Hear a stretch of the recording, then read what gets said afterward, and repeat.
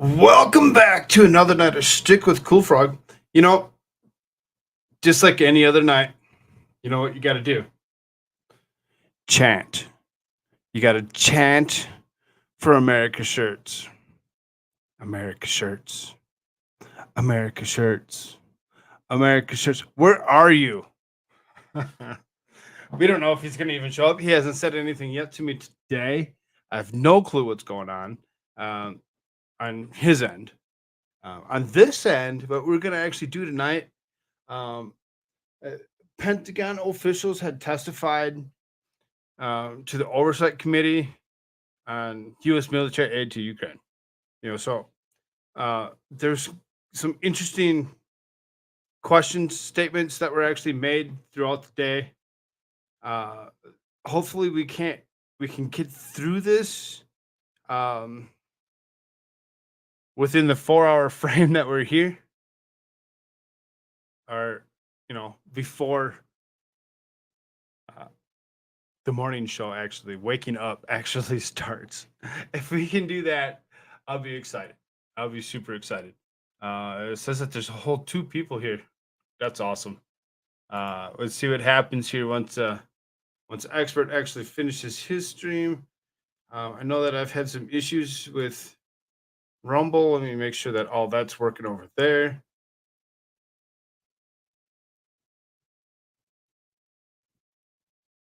And yep, looks like everything's all live over there as well. Did you hear about Idaho House wanting to pass a new DP law for firing squad? Also, Biden and Dems want to get rid of TikTok. I did hear about Biden and the Dems wanting to get rid of TikTok, which is great because that's Chinese communist propaganda um, in itself. TikTok really is not the best thing. There's a lot of states, such as South Dakota, Missouri, and a couple others that actually had stopped um, allowing officials to actually use TikTok. So that being said, it's just, uh, TikTok's not a thing. Strange history with Scott Cardinal. Hey, what's up, brother? Good to see you, man. Morning, JS. Unexpert. Hi. I don't know what the hell you're talking about there, Leslie. But hello. Glad you're here. Are we in a pond? I mean, next to it, near it, on top of it, around it. If you jump in it, be careful. I, I really am kind of confused on the unexpert high thing. I really don't know what that is. I'm confused. But either way, uh, glad you're all here. You don't want to jump in it. What would you like to do with it?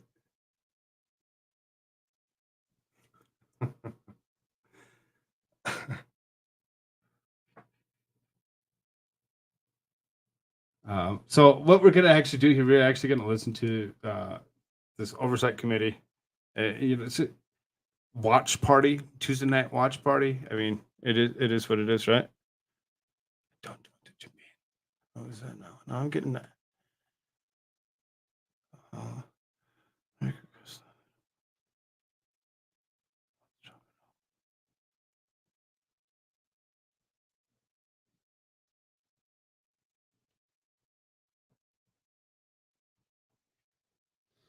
Um, yeah, no, that's not going to happen either. So, we had actually said that we were actually going to do um, a prepping slash survival stream again. It's been a while since we've done one. I'm going to see if I can get a couple people to actually show up that we haven't seen in a while. I just got a request from one of them saying, "I just want to make sure that we're not talking about the drama bullshit, and that's it. We're not going to talk about the drama bullshit. We're not going to talk about drama bullshit tonight either. I really, as much as I love Div, and I wish her well, everybody knocking their own stuff down to cover that and that alone has really taken up a lot of time, a lot of space. And I wish that we never have even had to deal with it. So we'll just leave that at that, and we'll move on for the night. Clumsy Clairvoyant's popping in to say hi. I'll be back later. Okay, sounds good. Div is gonna be back. Div's gonna be okay. No, I know she will, and that's why I said we'll just let that simmer, and she'll take care of that, and that will actually be taken care of.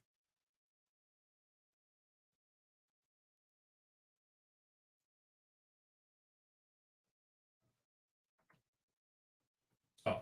What we're gonna do here tonight, we're actually like I said, we're gonna do this oversight committee. There's some interesting uh, goings on with U.S. military aid to Ukraine, and they asked some questions about it. So let's hit this up and let's get going here.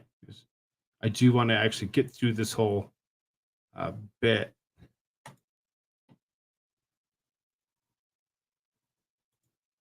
So there's that. I'd turn a camera on, but I know a tadpole's around, and I know that he's eventually going to come running in here. So, again, I'm sorry. Hopefully, he's sleeping nowhere near camera range when we get to morning, and I'll try to turn it on if I can. It's really hard to say. So let's hit play on this. Let's get going.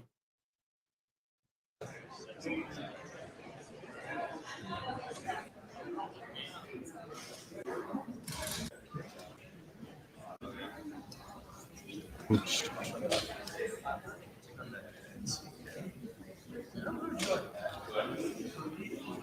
Hello, Mr. Rogers, the chairman.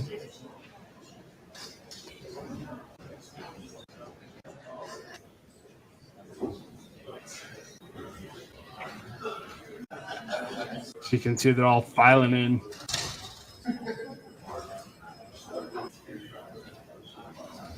Do some of this. So there you go. You got Mr. Call, Mr. Strock, and Lieutenant. So I mean, before we start, committee come to order.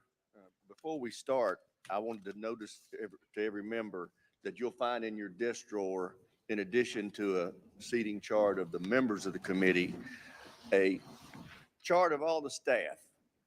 Both sides of the aisle. It's been one of those things that's always driven me nuts over the last 20 years, is not knowing who all these people are that work for us and keeping up with them as they change. So that'll be in your desk drawer. Without objection, the chair may declare the hearing in recess. There you go. So now everybody's going to know exactly everybody that's in the room and why they're there. And if there's somebody strange in the room, that they can actually remove them for not being a member of any of these committee at all. Is that a wig? I know, right? It kind of really seriously looks like he's got some kind of toupee on, doesn't it? So ordered. A few housekeeping matters before we begin. First, we will adjourn the public portion of this hearing at 12:30 today and immediately move upstairs for the classified portion. Second, I want to welcome back to the committee Mr. Vesey after his brief hiatus. Glad that you remembered where we were.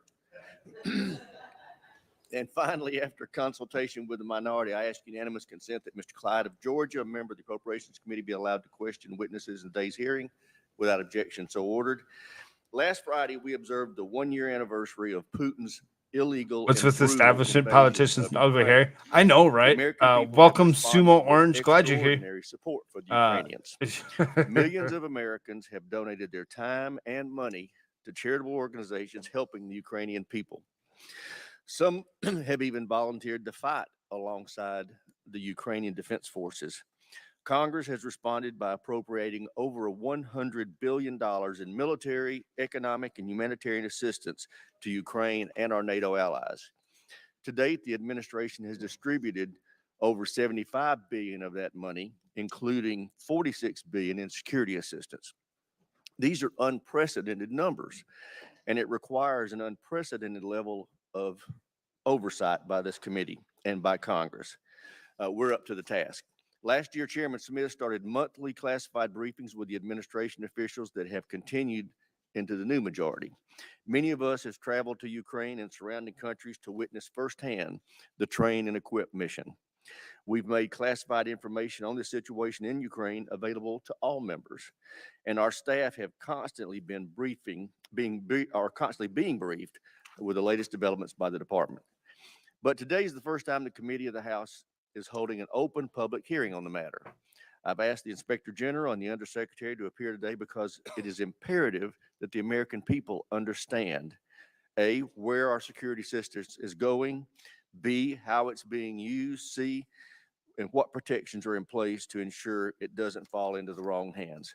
But oversight is about more than just accounting. It's about ensuring the administration is setting strategic goals and implementing a policy to achieve them. That's why we all are here with very real concerns. So oranges, we should be allowed to put Zelensky on tax dependent on the LGBTQ charity. You know, the libs love their drag queens. I mean, you know, we could do whatever we could do almost anything other than what we're currently doing with the dancing penis that likes to play piano with it, Mr. Zelensky. Just saying. We can do almost anything else. Since the beginning, the president has been overly worried, in my view, that giving Ukraine what it needs to win would be too escalatory. This hesitation has only prolonged the war and driven up the cost in terms of dollars and lives.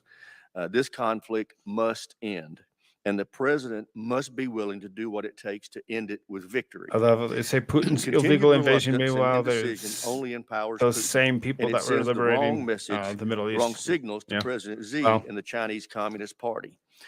You know, when we actually look at what's actually happening, ironically overall, just like Russia with Ukraine. I mean, supposedly, right? You know, they want the Donbass region to actually ship and transport fertilizers and oils out of Russia to the Black Sea, which would actually, you know, be able to be transported around the world.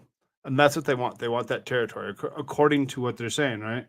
So then, when we actually look at the conservative Christian values of Russia over the top of those Azov battalion Yazis of Ukraine, and we wonder why we're actually funding Ukraine and allowing this to actually fester the way it is, it's very disturbing in itself.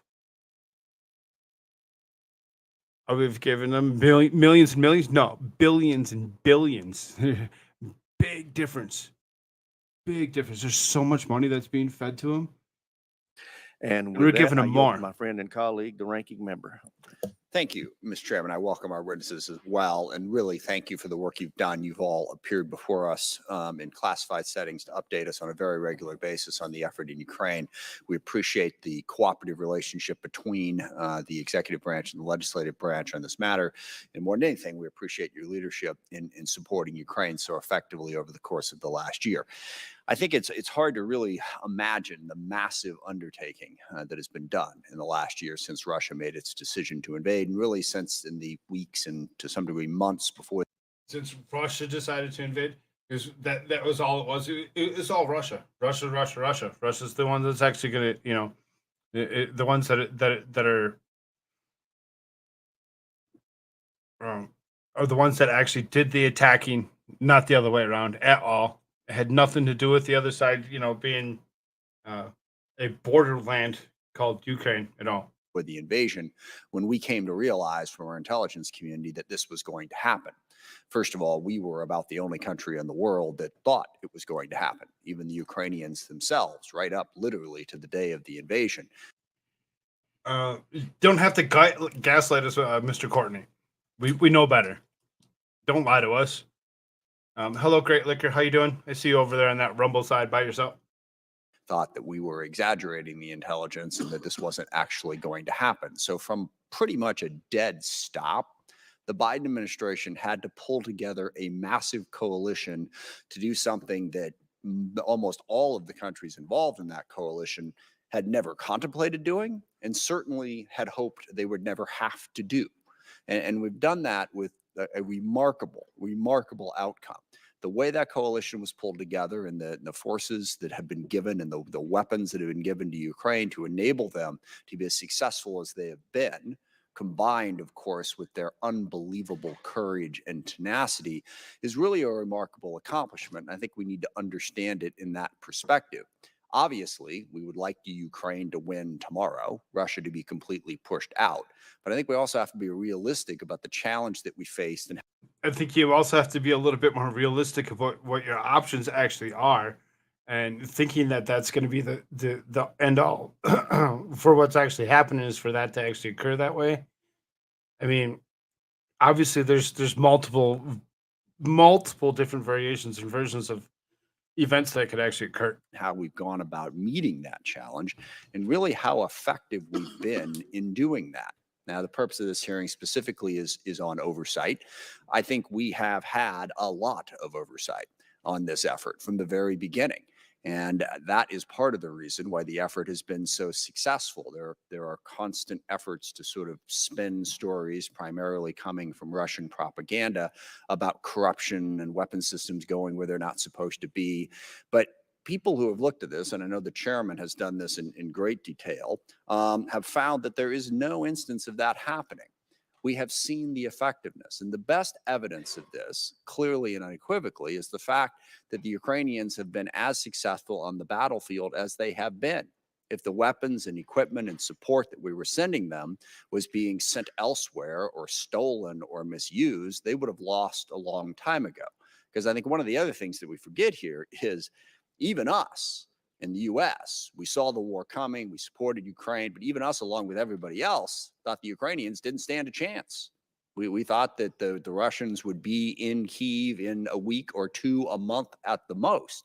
So the fact that they've been as successful as they have been is the best evidence we have that these systems and support that we're sending them is being as well used as it possibly can.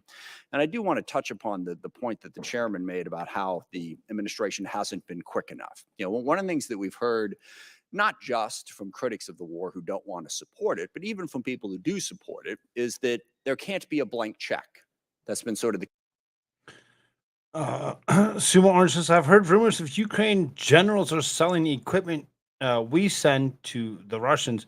I mean, there's potential that they could be selling to the Russians, but there's also uh, potential that we're not actually sending equipment that we say we're sending, and we're just actually sending the cash to be cycled through Ukraine, back through FTX, and back into the DNC's back pocket. You know, so I mean, as far as that goes, are we really sending that much armament, or are we not? Let's see what they have to say about all that. the criticism that you take if you want to sort of make it sound like you're still with Ukraine, up, but Matt you want to Core? be responsible. And I think that's appropriate.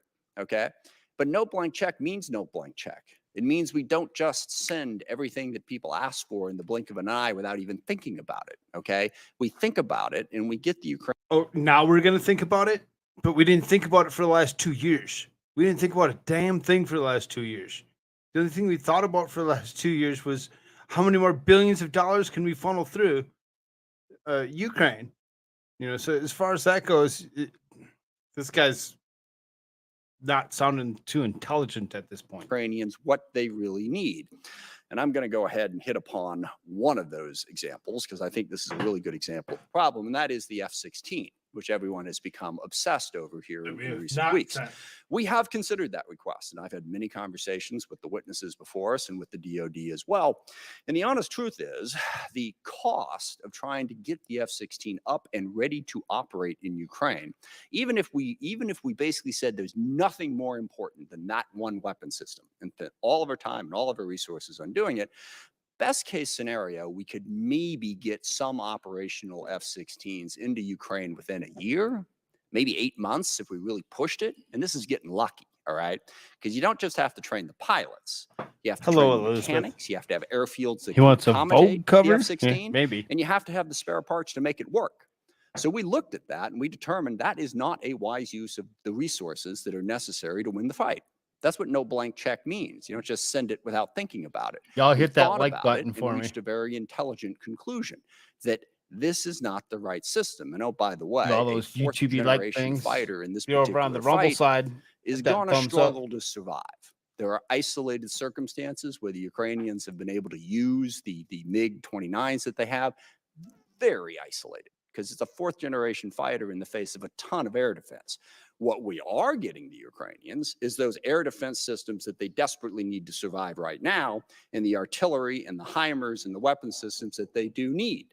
So the administration is doing exactly what it needs to do, What's up, getting Jay? equipment as quickly and as Good to see you, brother. responsibly as possible to make this work. And I also want to make everybody aware of the fact the Russians are fighting a massive information campaign. Yes, they're fighting on the battlefield, and I'll look forward to hearing more details about that today. But they are also trying to break the coalition. You know, the Russian military has performed incredibly poorly. The Ukrainians have performed incredibly heroically, and the war is not going the way that Putin wanted it to, but he is not giving up. And he knows his only hope is to break the coalition that is trying to support Ukraine. And they're trying to do that in a variety of different ways. I mean, you can see all the different arguments about how, well, NATO really started this because of NATO expansion and a whole lot of other nonsense arguments that are circulating out there. But the other part of the way they're doing it is They're all nonsense arguments now. They're all nonsense arguments to actually go back and actually think about why NATO was actually originally started. All the way back World War II to actually, fend off the likeness of Russia.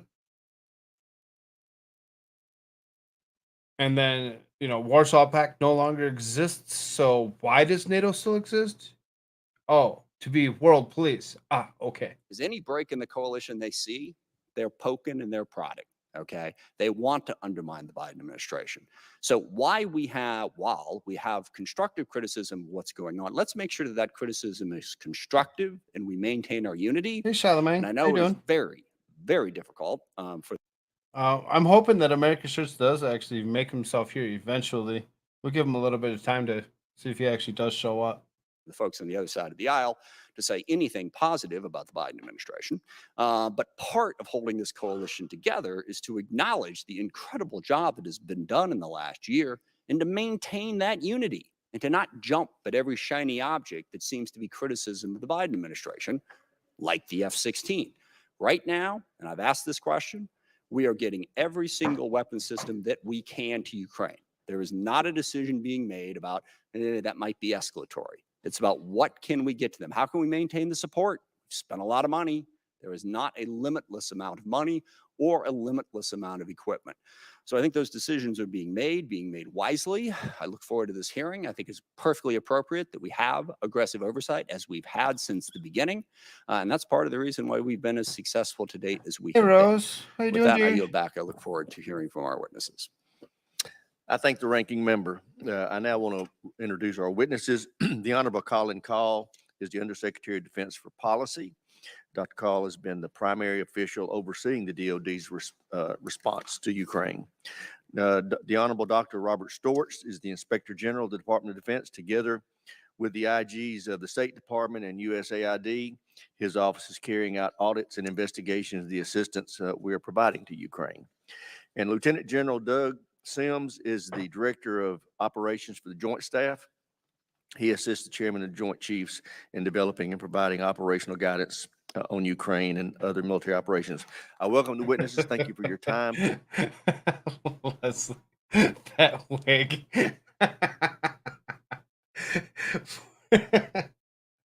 It looks like it's permanently there.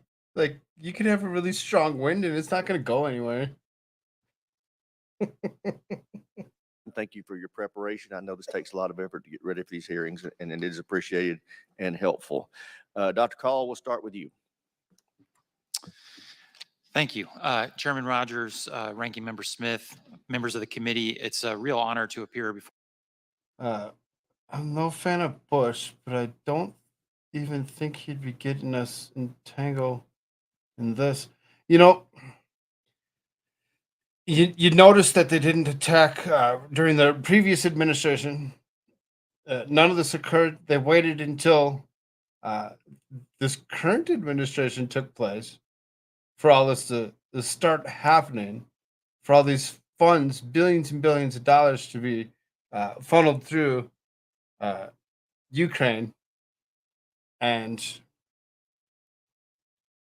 cause a war. Because what's better than a war? Oh, well, absolutely nothing. So let's fight. For you It's today gross. alongside my good friend, Lieutenant General D.A. Sims over there, and Dr. Storch, our department's Inspector General. I want to begin by expressing the unwavering support of the Department of Defense for Ukraine's sovereignty and security in the face of Russia's unprovoked and brutal invasion.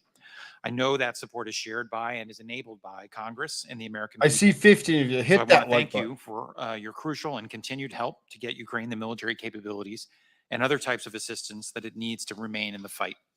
Thank you, too, for holding this important hearing at this pivotal time for the security of Ukraine, of Europe, and of the world.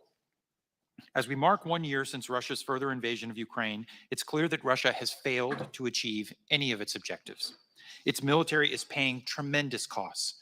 Ukraine remains united and determined to expel Russia's invading forces from its territory.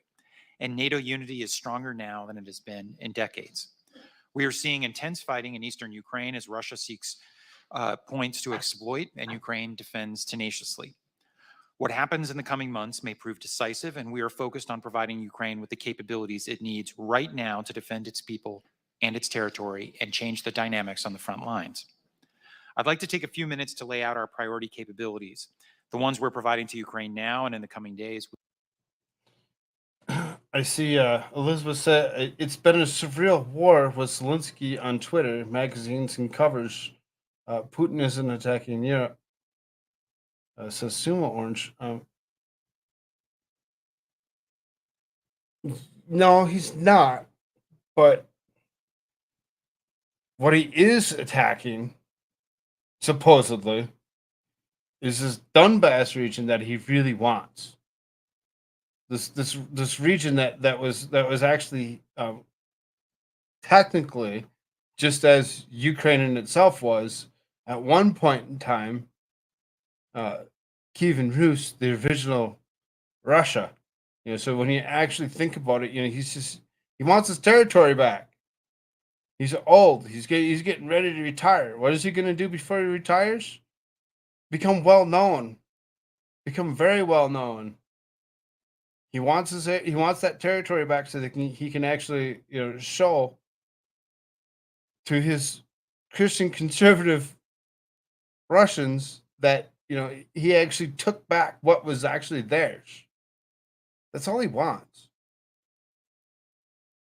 And now we're looking at potential looking at China backing them or whatever. So then it's like there you go. Can't ride bears anymore. Weeks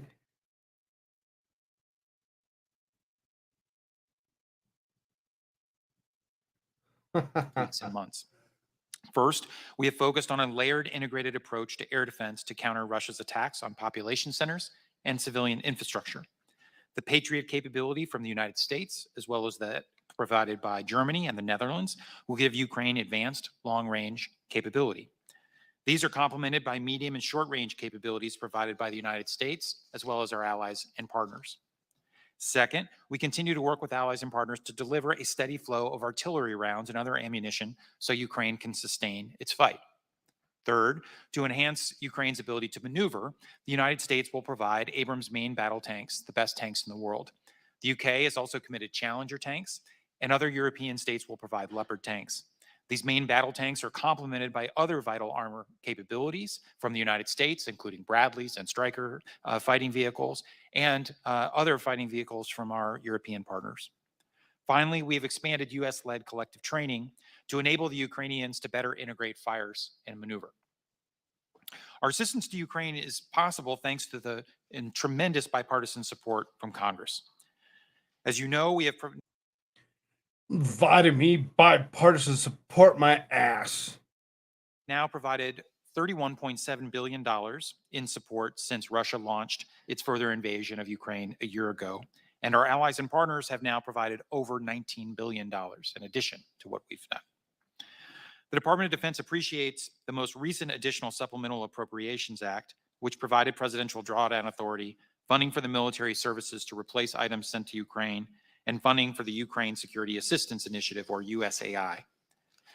Even as we focus on getting Ukraine what it needs, we've always prioritized accountability, and Ukraine has too. We have adapted our accountability practices for the combat environment to address the risk of illicit diversion, using mechanisms that go above and beyond our standard practices.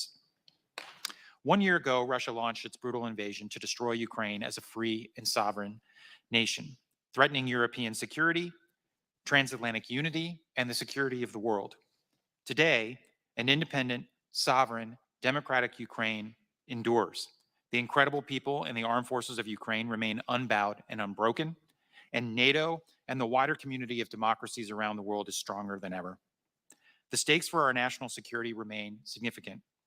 We are determined to support Ukraine's fight against tyranny and oppression, and in doing so, to defend the American interests and values that are so clearly at stake. Thank you again for the opportunity to testify, and I look forward to your questions. Thank you, Dr. Call. I like to recognize General Sims now for 5 minutes. Summarize his statement. Chairman Rogers, Ranking Member Smith, distinguished members, ladies and gentlemen, good morning. I appreciate today's opportunity to update you on the U.S. military efforts to help the Ukrainian people in their continued fight against the Russian invasion. Today marks the 369th day since Russian forces invaded and began their illegal and unprovoked large-scale invasion of Ukraine. As we meet today, the current situation between Ukraine and Russia is generally static, with both sides employing heavy amounts of artillery, resulting in minimal changes of territory and significant numbers of casualties. In our follow-on session, I'm prepared to discuss particulars of Ukrainian disposition. Significant numbers where they're actually saying that frontline military life expectancy is about 4 hours. Meanwhile, we attack innocent civilians in the Middle East, so why is Russia so evil? But we're okay. We went in, we took care of, a couple of issues supposedly under Bush administration. The only administration that actually didn't go and fight wars and actually created more peace than any was the last administration. That's the Trump administration. You look at the Trump administration, you look at what they did, and you look at all those Nobel Peace Prize nominations that he got for actually preventing wars in the Middle East. Why do you think we didn't go into war with these guys back when he was in administration? Because he would not have allowed that. It's this guy that has investments in Ukraine, as well as China, with him and himself and his son as well. That's what we're doing. That's all we're doing. We're actually allowing Joe Biden and Hunter to run roughshod over everything. Position. But generally, and as you've seen reported in open sources, the most active portion of the Just a battlefield puppy today mask guy? is I'm around the not sure town of about that. Bakhmut. As I have briefed before, over the past 2 months, the Russian army, with assistance of private military contractor Wagner Group, has fought savagely to defeat Ukraine's defenses, employing extreme amounts of artillery and waves of thousands of partially trained, mobilized soldiers and personnel contracted from prisons. The Russians have Contracted from prisons? for the past 2 months, the Russian army, with assistance of private military contractor Wagner Group, has fought savagely to defeat Ukraine's defenses, employing extreme amounts of artillery and waves of thousands of partially trained, mobilized soldiers and personnel contracted from prisons. Okay, so yeah, some of them are contracted from some prisons. Some of those lifelong, they're like, instead of paying for them to actually live in a prison, they're like, here, take this, go stand out in the front line and remove the opposition. Now you have to actually look at some of the other stuff that's actually occurring as well, because you have to look at ISIS troops. ISIS troops that were looking for a better place because they were being mistreated and moved themselves into Russia itself. They are also on the front lines for Russia, being paid to do so. The Russians have made incremental gains at significant cost. Ultimately, as I have described before, the fighting has replicated the conditions of the First World War. Key to changing this paradigm is creating a Ukrainian armed forces capable of breaking this state of fighting. In this regard, since I last updated this committee, the concentration of U.S. effort has been focused on combining equipment and munitions with people and training. The intent and efforts of the U.S. military are designed to generate combat credible forces capable of combining fire and movement to achieve maneuver and increase the overall capabilities of the Ukrainian armed forces. Importantly, this training effort is not solely the work of the U.S. armed forces, but is a cohesive approach with our allies and partners. Collective training is ongoing throughout Europe and is dramatically increasing Ukrainian combined arms organizations. All told, since January, the U.S. military has trained another 1,000 Ukrainians, bringing the total trained by the United States to just over 4,000. As I speak, Ukrainians are training in multiple locations in Europe, working with U.S. service members and military trainers from our allies and partners. Key to our ability to conduct collaborative training has been the recent increase in maneuver-related equipment. The U.S. provision of Bradley fighting vehicles, Strykers, and Paladin howitzers, combined with similar fighting vehicles and tank contributions from our partners, is notably increasing the capability of the Ukrainian armed forces. In addition, the U.S. continues to supply critical munitions and individual equipment, from howitzers, howitzer ammunition to medical and cold weather gear. Finally, and critically important to Ukraine's ability to continue to defeat Russian efforts to destroy civilian infrastructure, U.S. armed forces will soon complete the training and equipping of Ukraine's first Patriot battery. As you know, our air defense experts are providing key training at Fort Sill, Oklahoma. We are confident the Ukrainians will employ Patriots with the same expertise they are demonstrating every day with their current air defense capabilities. Thank you for what this committee and this Congress have done and continue to do to provide oversight and resources in support of Ukraine as they continue the fight against the illegal and unprovoked large-scale invasion. While the Ukrainians bear the real burdens of this war, your support and that of the American people has had a profound impact on Ukraine's future. I look forward to your questions and discussion today. Thank you. Thank you, General. Mr. Dortch, you're recognized. Chairman Rogers, Ranking Member Smith, and distinguished members of the committee. Thank you for inviting me to appear today to discuss the Department of Defense Office of the Inspector General's comprehensive independent oversight of U.S. security assistance to Ukraine, as well as our active participation in a whole-of-government approach to ensuring robust oversight of the full range of American assistance. During the year following... Yeah, I suppose. I'm fine with that.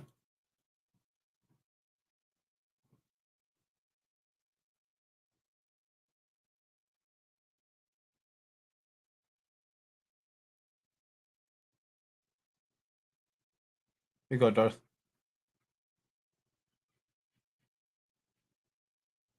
Hey, Barton Bella. Good to see you. Suma Orange says, my money is going to a already crappy country that's likely going to fall to fund rich elites who are older than dirt. I mean, you mean this one? Because that's where the money's, eventually going.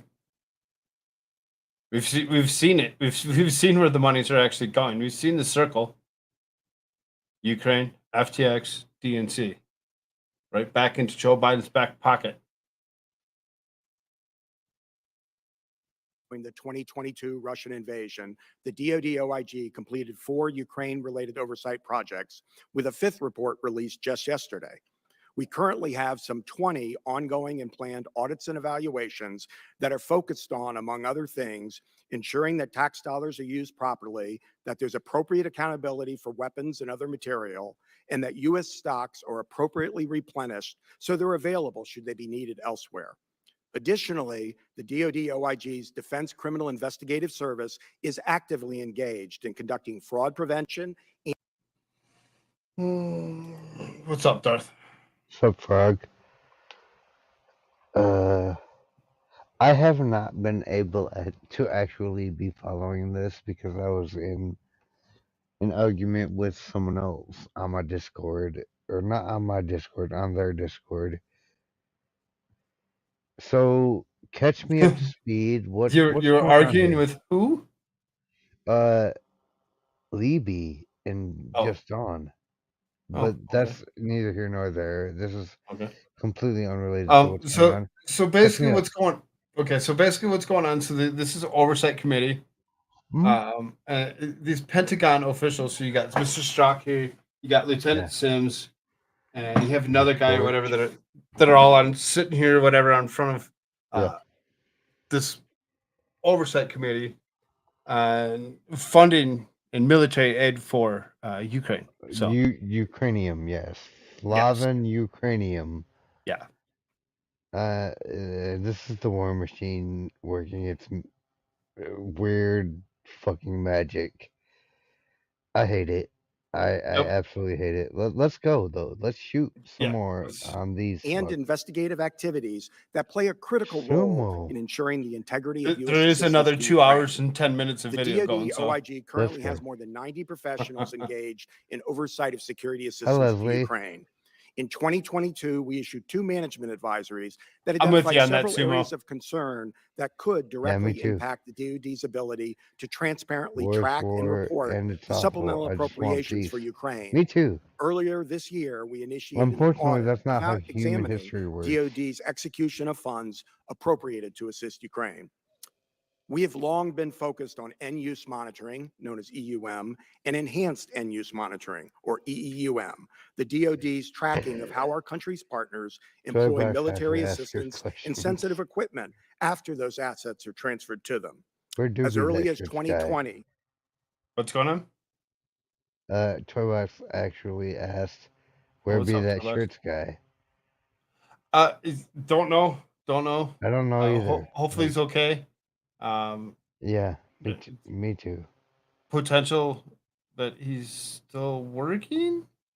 Hopefully he shows up soon. I mean, he do be showing up later and later every day. He do be working harder and harder. All He the time. does. And I'm so proud of him that Yeah. he's doing what he's doing. So I mean, Yep. if he can't show up here, I can't complain. Yeah. we We are issued a not report on shirts how the boss, DoD by was the way. conducting EEUM Right. of military assistance to Ukraine.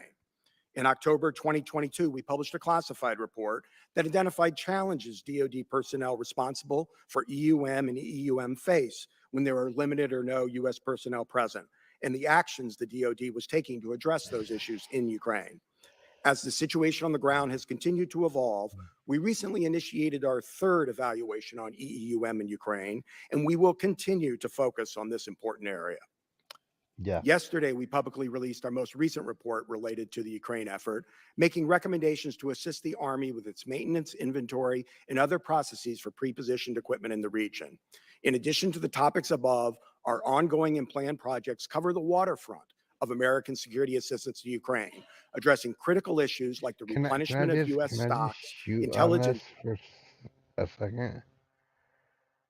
We actually have no fucking business in Ukraine, other than we had a bunch of research labs there that have been exposed. We have a bunch of like military Supposedly. outposts there that have been exposed. Like, I'm sorry, I'm gonna say probably too much if you let me continue talking. So I should probably shut the fuck up right now. No, I mean you're right though. Yeah. There's an awful lot of interest U.S. interest in in Ukraine. Ukraine when it comes down to why we have so much interest in Ukraine and who's the leader of this country and where that interest actually comes from. So Absolutely. it's really kind of interesting in itself. It is actually a lot to think about. And the United States has a propensity for being a warmongering type of entity. We don't need this beef with the Russia or the Ukraine. Like, we don't need to be involved in this. We definitely don't need to be threatening Russia and China at the same time. Like, that's a whole nother story. But we could tell it if we want to. Wow. It You it, know it that if you listened last night or whatever, you actually seen that we actually spoke of China and their mhm, dealings. Last night, so yep, you do see that there's potential for China to actually intervene in things that they have nothing to do with. absolutely. They're going to try funding something, and who are they going to fund? Maybe not um, NATO It's side, not the U.S. right? It's They're definitely gonna not they're us. gonna they're gonna go after the other side, fund that. Yep. Okay, continue. sharing, I'll shut up. security control for the transport of weapons and equipment, their maintenance and sustainment, awards of non-competitive contracts, and the training of Ukrainian armed forces. And as noted at the outset, DCIS agents are drawing on their experience around the world to conduct outreach and investigations to help prevent and address fraud or other criminal conduct. We are not conducting this oversight alone. We are partnering closely with the Department of State OIG and the U.S. Agency for International Development OIG and many others across the oversight community in a coordinated approach to ensure comprehensive oversight of all U.S. assistance to Ukraine. Along with our oversight partners, the DoD OIG established and leads the Ukraine Oversight Interagency Working Group, which brings together 20 oversight entities in a whole of government approach. Just last month, my office and the state and USAID OIGs, in coordination with the larger working group, published our joint strategic oversight plan, which publicly describes our completed and ongoing work. As detailed in the plan, we are employing the proven model that has been used for years to ensure comprehensive oversight of overseas contingency operations, and we will work together in this effort for as long as the conflict and the need for oversight continue. At the end of January, I traveled with the leaders of the state and USAID OIGs to Germany, Poland, and into Ukraine in order to obtain the latest on-the-ground perspective, to build on our coordinated approach, and to deliver an unambiguous message to American and in Kyiv high-level Ukrainian officials about the expectations for accountability for U.S. assistance. The trip made clear that the situation is fluid and calls for continuous, agile oversight. The DoD OIG, working hand in glove with our oversight partners, will continue to make independent oversight of assistance to Ukraine a matter of the highest priority, and we will continue to keep the Congress and the public informed about our work. Thank you for the opportunity. Now you're gonna keep us informed about your work. Have you really been doing so? Have you really been telling us exactly where everything's going? We know better. We've seen it. We've been paying attention, of those of us that have anyway. We see where the money's going. It's going in We and going right back into the yeah. DNC's back pocket. I've It, repeated myself it several times tonight on that, yep. and you're not going to Yep. sit there and tell me that that's not what we're doing. No It is freaking way is exactly that what what we're you're going to doing. tell me. Not at all.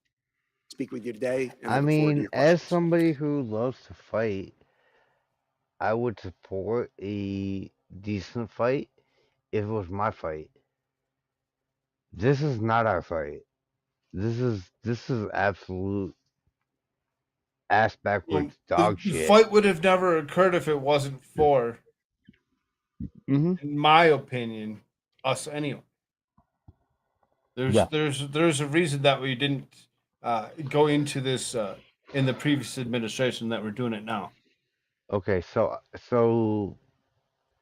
do I have to wait for the Rumble exclusive to shoot on exactly what I think about this? Because I There's no definitely want to exclusive. shoot. We're not gonna go exclusive on that. We're just gonna Okay. stay right here. Okay. Just saying. Well, I'm gonna throw this So out there. watch Like, yourself. We have no business interest in Ukraine. Like, Ukraine is not any part of the United States or anything associated with us. Uh, George Soros actually did do some shit with the fucking Ukraine to disrupt their entire, like, Zelensky wouldn't even be a thing if it wasn't for George Soros. And you can track that back to True. 2014 and the I mean, you could track almost a lot of things all the way back to George Soros yeah, for the last and almost, yeah, 50, 60 years yeah, and actually you could do realize that. what he's actually really been doing. Yeah, you could actually see what he's doing out here if you look back hard enough. But What's up, Cohagen? Biden does, the I WEF hate to does. say Yep. this. Yep. I hate to say this, but Volodymyr Zelensky is kind of a installed puppet that we installed. Like, we did not. The dancing That piano man. playing penis? Oh, yeah, that guy. We didn't actually like pick this guy. He was installed from the disruption, from the fucking unrest that was sowed into the Ukraine, and it was done so for a reason. And the reason being, we're literally looking down the barrel of the Third World War right now. Like, this is actually coming to fruition in real time. We have weapon systems all over Ukraine, and it's kind of in the U.S. best fundamental interest to protect those. Like the six research labs in the Ukraine that we found, right, in this whole ongoings with the Russia-Ukraine conflict. Like, 6 research labs were unearthed and thrown back in our face. They don't actually have our weapon Yeah, you systems notice they yet. haven't really said anything about that, right? No, It's I kind of like a noticed. hush hush thing. I'm very well noticed that we have not said too much about that, but I didn't forget. No, I right. don't have a So many of goldfish us, memory. so many of us that didn't forget, but yet again, it Hmm? seems to just be brushed off like it's nothing, like it doesn't matter. Yeah. And a lot of these research labs were virally, I mean, they were researching viral uh prospects and how to gain of function research. That's the word I was looking for. Gain of function research labs. Those ones. Yep. Be careful. Yep, those ones right there. So then, So, I see Cohagen sitting here. It says, someone's someone saying a was base saying in a Guam. base in Guam was attacked. I couldn't find anything on it, but it doesn't mean it isn't true. No, So, it so doesn't. now yesterday when we were doing news or whatever, we actually did bring up Guam because Yeah, the one sub was actually moved to Busan from Guam. yeah. So there wasn't a sub that was actually It watching that literally went area. from So if Guam something to did South hit Korea. if something did hit that area, it may not have been reported. I'll take a quick glance around and see if I can't find anything, see if Yeah, there's me anything too. that was reported. I'll actually look at like Epic Times or whatever because I actually Yeah. paid subscriber on that stuff. Mhm. So I'll take a glance around, see if there's anything that's out there. See if you can't get some kind of information on that. But this is like 2 hours ago. Oh, I mean, okay. Good. No, we're I'll take a doing the look around news. those. See if there's That anything was yet. like 2 hours Uh, ago. Okay. You're not wrong. Okay. Well, we'll take Shit a keeps look. We'll moving. glance Shit and we'll keeps see what we can moving. do. Let's hit For this sure, play for button. sure. Keep this going, Chris. Thank you, Yeah, Mr. let's go. Storch. Let's go. Before we move Because we into got 2 questions, I hours worth wanted of to stuff remind to go, and everybody we're already an hour the into maps this. that you have in front of you, while they're unclassified, we haven't been given permission by the department yet to distribute them beyond the committee. So I'd ask you to leave those here when you leave. And I recognize myself for 5 minutes. Dr. Call, if Russia were to be successful in taking control of Ukraine, what would that portend for a potential of China taking an effort at Taiwan? Well, Mr. Chairman, we've seen what a world looks like when revisionist authoritarian powers go on the march and they're unchecked by the free world and they carve out spheres of influence by gobbling up their neighbors. That world was the 1930s, and it culminated in the worst human tragedy in history, the Second World So War. it enhance the likelihood that could happen. I think if Russia is successful in Ukraine or is seen as successful in Ukraine, it will embolden other aggressors elsewhere to do similar things. That's my point. Chair now yields the balance of his time to the gentleman from Georgia, Mr. Clyde. I thank Chairman Rogers for his invitation to be here today and for yielding me his time to discuss this important matter of oversight of U.S. military support to Ukraine. Hold the fuck on. This is a talking point that I am absolutely like very remiss to not address. The worst human tragedy in the world was not World War II. That's actually the dumbest shit I've heard all day. There have been You have to remember this is a select committee, and they're actually Yeah. taking these are top Yeah. officials out of the Pentagon. I They're mean, gonna push I'm gonna propaganda. say, They're I'm not gonna, gonna I'm go gonna and be like, say oh three yeah. things. I'm gonna say three things: Red China, the Holodomor, and then the Holocaust. Yeah, the Holocaust was an actual terrible human tragedy, and many millions ended up getting the dead from the Holocaust. And I will never say it's not a great genocidal I mean, human let's crisis. watch what we're talking about here, Kimmy. Okay, well, Just saying. let, We let are me on let me YouTube. let me point out that the Holodomor was far more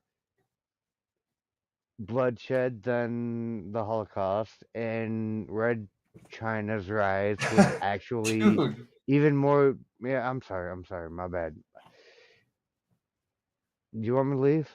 I can leave because I definitely don't need to shoot on any of this shit. But no, I mean, there are a lot of instances in human history that are definitely way worse than the Yeah, but uh, there's so many that. out there that don't believe that, and that's why I they know, don't and hit that's on why it. I'm trying to raise awareness of Right. these They don't things. hit Like, on that because the only thing they care about yep, is one thing and one thing alone, and making it look like they're not the bad guys. hmm That's all they want to do. So if that's all they want to do, they're not going to give you both sides of it. They're going to give you of one course side of it, not, of and then course you're going to have not. to try to extrapolate from that with stuff that you actually remember. So now you Yeah, imagine what these kids in the next 20, 30 years are going to actually be like, whatever, when they're not taught about this stuff yeah. anymore. So that way they can actually, be pushed on even further. I hate the So the fact that I the have part to that turn doesn't matter. down on any of this Hold on, shit hold on, hold because on. Go Hagen okay, says that, see, they're missing the part that it doesn't matter what we want. We've learned nothing from Vietnam, but it's all about money, not lack of recollection. exactly, exactly, Mhm. exactly. Go Okay, Hagen. so yeah, You have the way exactly. of it. I need to shut up because I'm gonna go ahead and Yeah, give well, history if lessons that. if you feel that you can't do it, then I'll be fine with you, doing what you need to do. So All right, just don't get me I'm heated. gonna try to shut up, I but thank Chairman Rogers for his invitation to be here I today ran it in. and for yielding me his time to discuss this important matter of oversight of U.S. military support to Ukraine. As we all know, the United States has authorized over $100 billion in aid, to which our government holds a responsibility to the American people that it be used for its true, just, and intended purpose. It is the responsibility of Congress to ensure that every single penny of American taxpayer money is being effectively used as intended to assist the Ukrainian people in their fight against Russian aggression. Just 2 weeks ago, I had the pleasure of joining the chairman to visit several of our NATO allies in Europe to receive an update on the war effort in Ukraine and the ongoing oversight work directly related to U.S. military aid. Accountability of the weapons shipped in is absolutely paramount, especially the most sensitive weapons, to ensure that they are being used for their intended purpose and not diverted for nefarious purpose. As a supply officer with both multiple peacetime deployments and multiple combat deployments in my 28 years of Navy service, I am fully aware of the challenges of maintaining visibility and control of critical military hardware and components when the supply lines are long and the theater is kinetic. So, Mr. Stork, I would like to start with you as a Department of Defense Inspector General. Okay, I'm just all gonna your go ahead and inspections- fire down on this dude. You've never seen a day of combat in your life. I heard your voice. I see your face. You've never been in a fight in your life. Like, you're actually full of shit and you're a liar. Dead You see ass. this? Like, You see the lapel pins that he's got there, right? yeah. I mean, That's I'm from South Detroit. I looks know like what looks fighters like look these like. ones here are wings. This dude's never been in combat in his entire life. He's full of shit. And I I'm just hate saying, the it looks fact like that, these ones here are wings, right? yeah. Yep. This one here, you know, that's Yeah. just a Senate medallion, Yeah. right? It's Yeah. so I mean, a potential that he'd never actually seen combat Actual combat in his if he life. actually was even in the service at all. I'm 'Cause not even it seems military. as if I'm not we even took away military, that and I requirement. know a faker when I see one. And No, but we've taken away that requirement, right? yeah, Right. you talk It's about an your oversight. 28 years of service. You've never been in a fist fight once in your life because you 28 would have years of got your service has been ass ripped as so a fucking hard member that of Congress. That's it. you would not be talking right now. Like, you would have done shut the fuck up already. And this pisses me off because as a fighter who, I will say, with a clear conscience, I've never been in the military, but I know enough military service men and women to know what a fighter looks like when I see one, and I know what a bureaucrat looks like when I see one. And you're a bureaucrat, you're a bullshitter, and you don't actually have any fucking ground to actually put your statements on. Like, I'll kick your ass up one side and down the other every single Yep. day, twice on Sundays. And I'm 165 pounds fucking. I couldn't even get into the military when I wanted to fight for. You know the thing that happened in 2001 on the 9th of Yeah. September Yeah. or the Yeah. 11th of September. You know the one. Yeah, It- I literally you tried to. can't be like I'm gonna go tiptoe around it and then go directly to it. Yeah, Mhm. goon. Yep. In country and out. Have you found any instances of sensitive weapons I like swear Stinger to this dude's missiles never been in a being fucking either fight lost or before. diverted to those not authorized to have them? Thank you very much for the question. I'm obviously not at liberty to talk about any investigations, This but we have guy's not never been in a fight substantiated any either. such instances. No, sir. So you can confidently say that to your knowledge, every sensitive weapon is currently under control of those who should have it, who should have them. Hmm. Well, thank you very much I for the doubt it. question. That's why we're engaged we're laser focused on this issue and engaged in robust oversight to make sure that's the case. We're doing audits and evaluations that look at the weapons from the time they begin at the port while they're transferred throughout as they get to the transshipment points and then they go into the country. And then, as I mentioned in my statement, we're now conducting our third Can I evaluation. get you to pause this? Oh my freaking Do you see- lord! Do you see this gentleman right here off to the right hand side whose face is unmoved? This guy right here? What about him?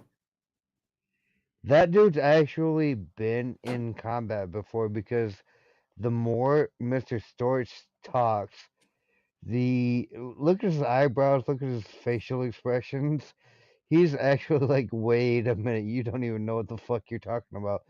This guy right here, like, I don't even know who the fuck this dude is, but I really want people to see what I see and and understand like why I say what I have to say, because this man with all the bars, stars, and badges on his chest actually has been down through the roads, and he's not convinced at all, even a little bit. Like, We're not gonna make it through this.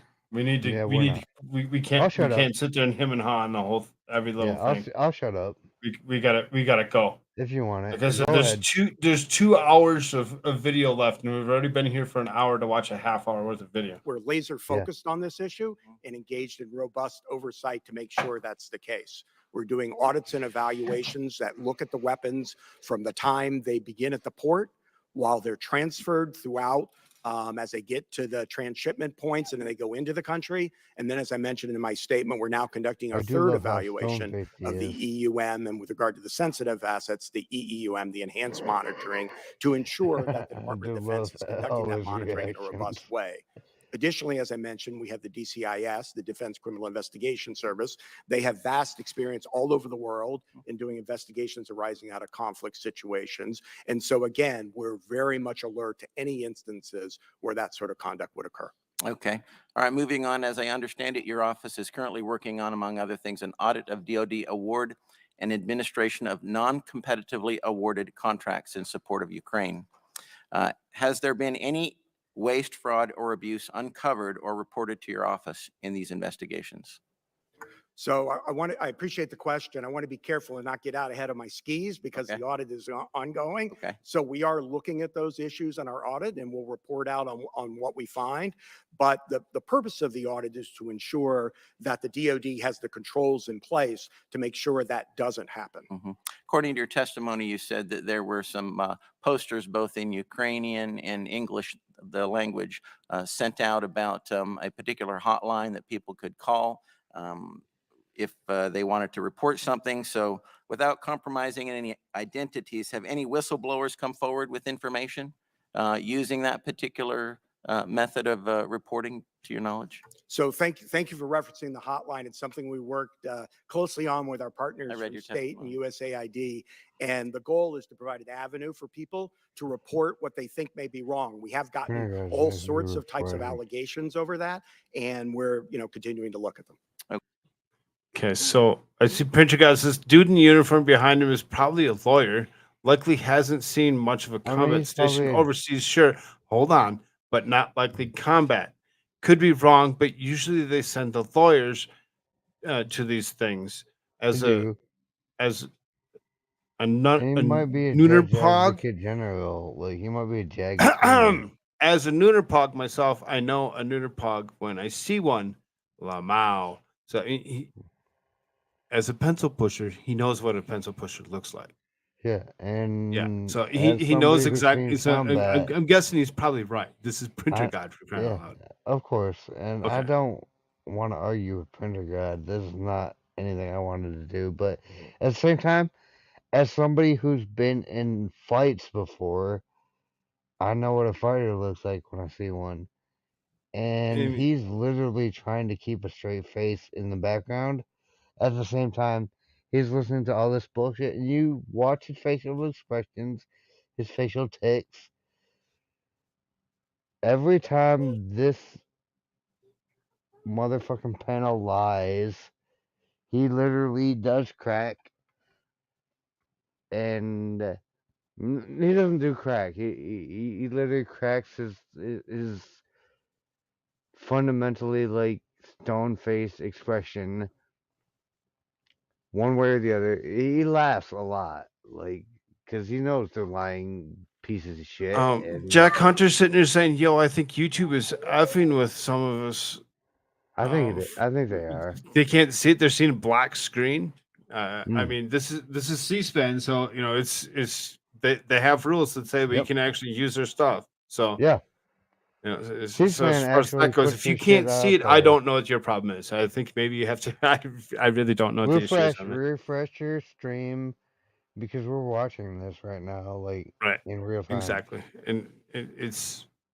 Yeah. I can see the Mike stream. Gohagan I says can see the restart. stream on the YouTube side. It looks very fine. So anyway, It's fine for me. we need to really get going. Okay. Yeah, let's Mr. go. Chairman, for the record, I would like to gonna speed submit this up a little bit.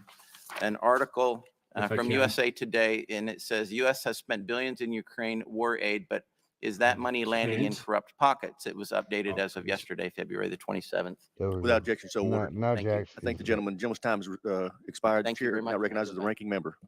Thank you very much. Dr. Carl, I want to follow up a little bit on what Chairman Rogers was asking about in terms of the policy behind this. As the Undersecretary for Policy, you seem like the appropriate person to ask that question too.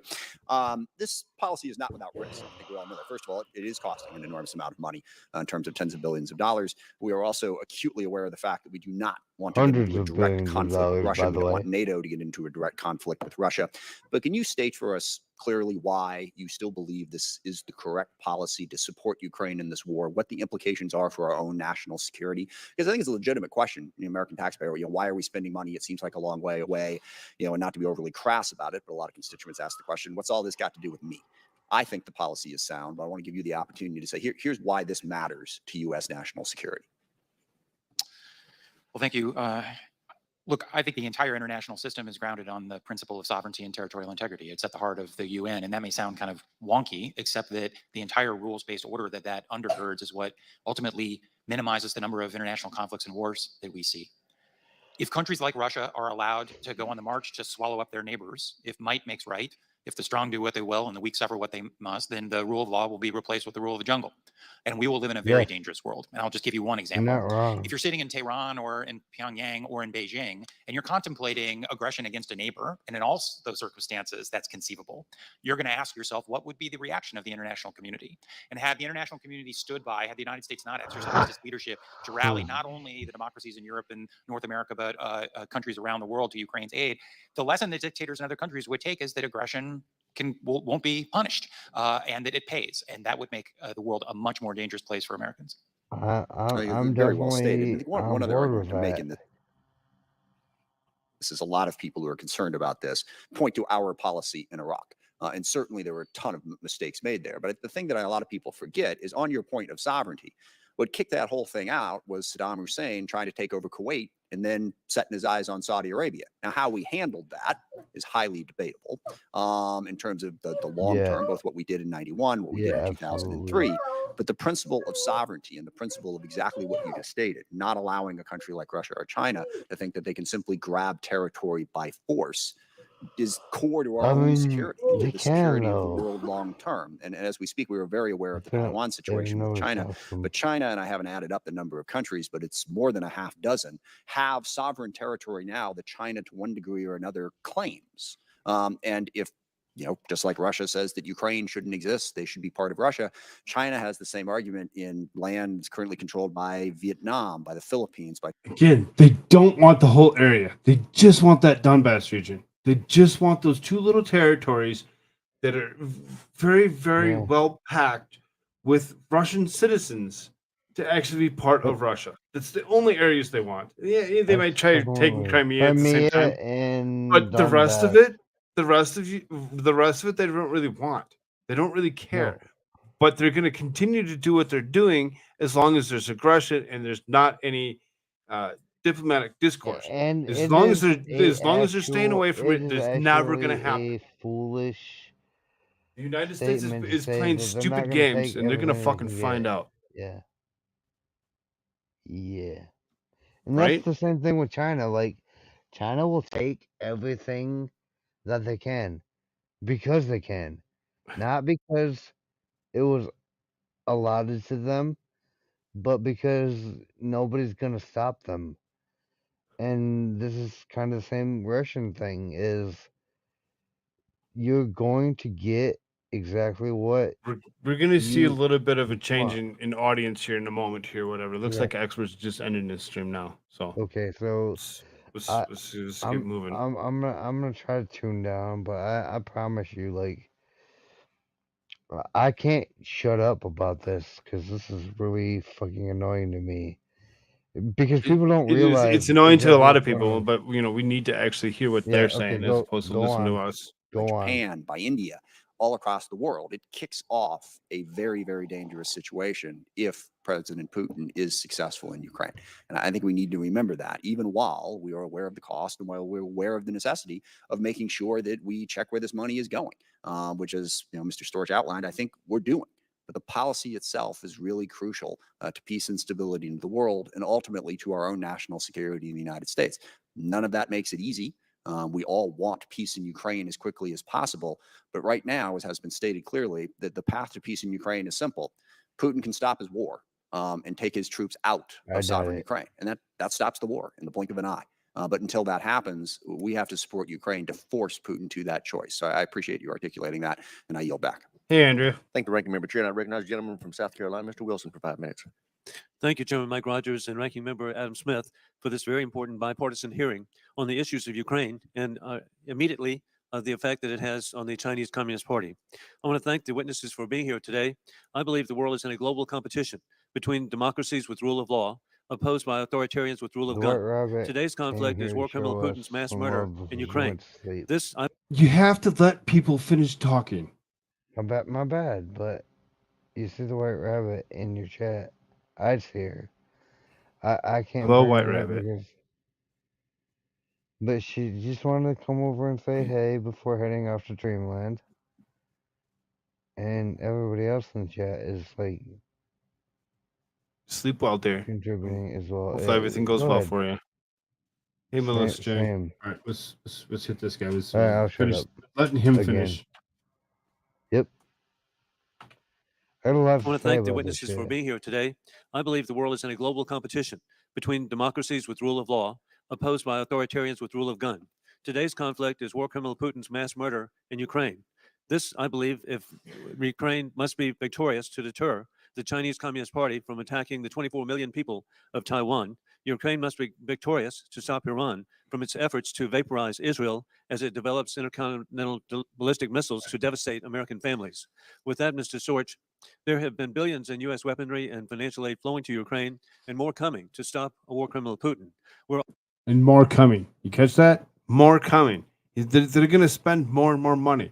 They don't care. They don't care about us. They don't care about our pockets. All they want to do is they want to actually send more money to them because they know it's going to come right back into their freaking pocket. This is how You money can see, you see laundering the is done Ukrainian by the flag sitting on government. his chest, right? We're all concerned about accountability, and the American people need to know because somehow this hadn't That's been why we need recognized. this war. And that is that in So all we of can the launder this legislation money. that's passed to provide for funding, there have been 39 provisions that provide for reports to be Andrea provided says to stop Congress dicking on around and oversight take out accountability. Putin. I'm And not with so that, what positive is that the it's DoD Putin that's the Inspector issue. General's plan, and what are the broader coordination with the State Department IG, USAID IG, and other relevant IGs? What's the structure to protect the American taxpayer? Thank you very much for the question. We are actively engaged on an ongoing basis with the state OIG, the USAID OIG, and all of our partners in the working group in ensuring comprehensive oversight over all aspects of assistance to Ukraine. Obviously, my office, the DoD OIG, has primary responsibility with regard to the security assistance.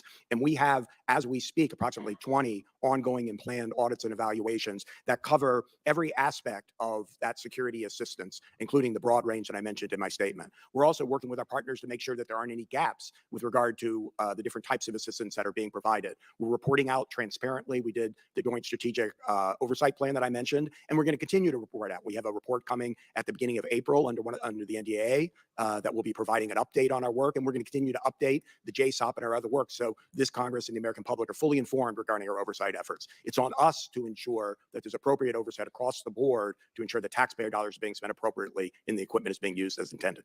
And thank you so much for what you do. But please, let's get this publicized so American people can trust what the expenditures are. And Dr. Call, I am really concerned about foreign military sales, delivery to Ukraine, delivery to Taiwan. And our allies are making the best of their ability to provide. And then, for example, we're providing 31 Abrams tanks. Somehow the media presented that we would not have any tanks in the future. They leave out that we have 8,000 tanks, Abrams tanks. We potentially have 22,000 actually Abrams tanks. But the 31 was presented as just debilitating the United States. We can do better. And so what's being done, particularly working with Chairman Mike Rogers and others, to have an expedited foreign military sales, it's absurd with prepositioning of equipment when we hear that it may take a year to get equipment to Ukraine.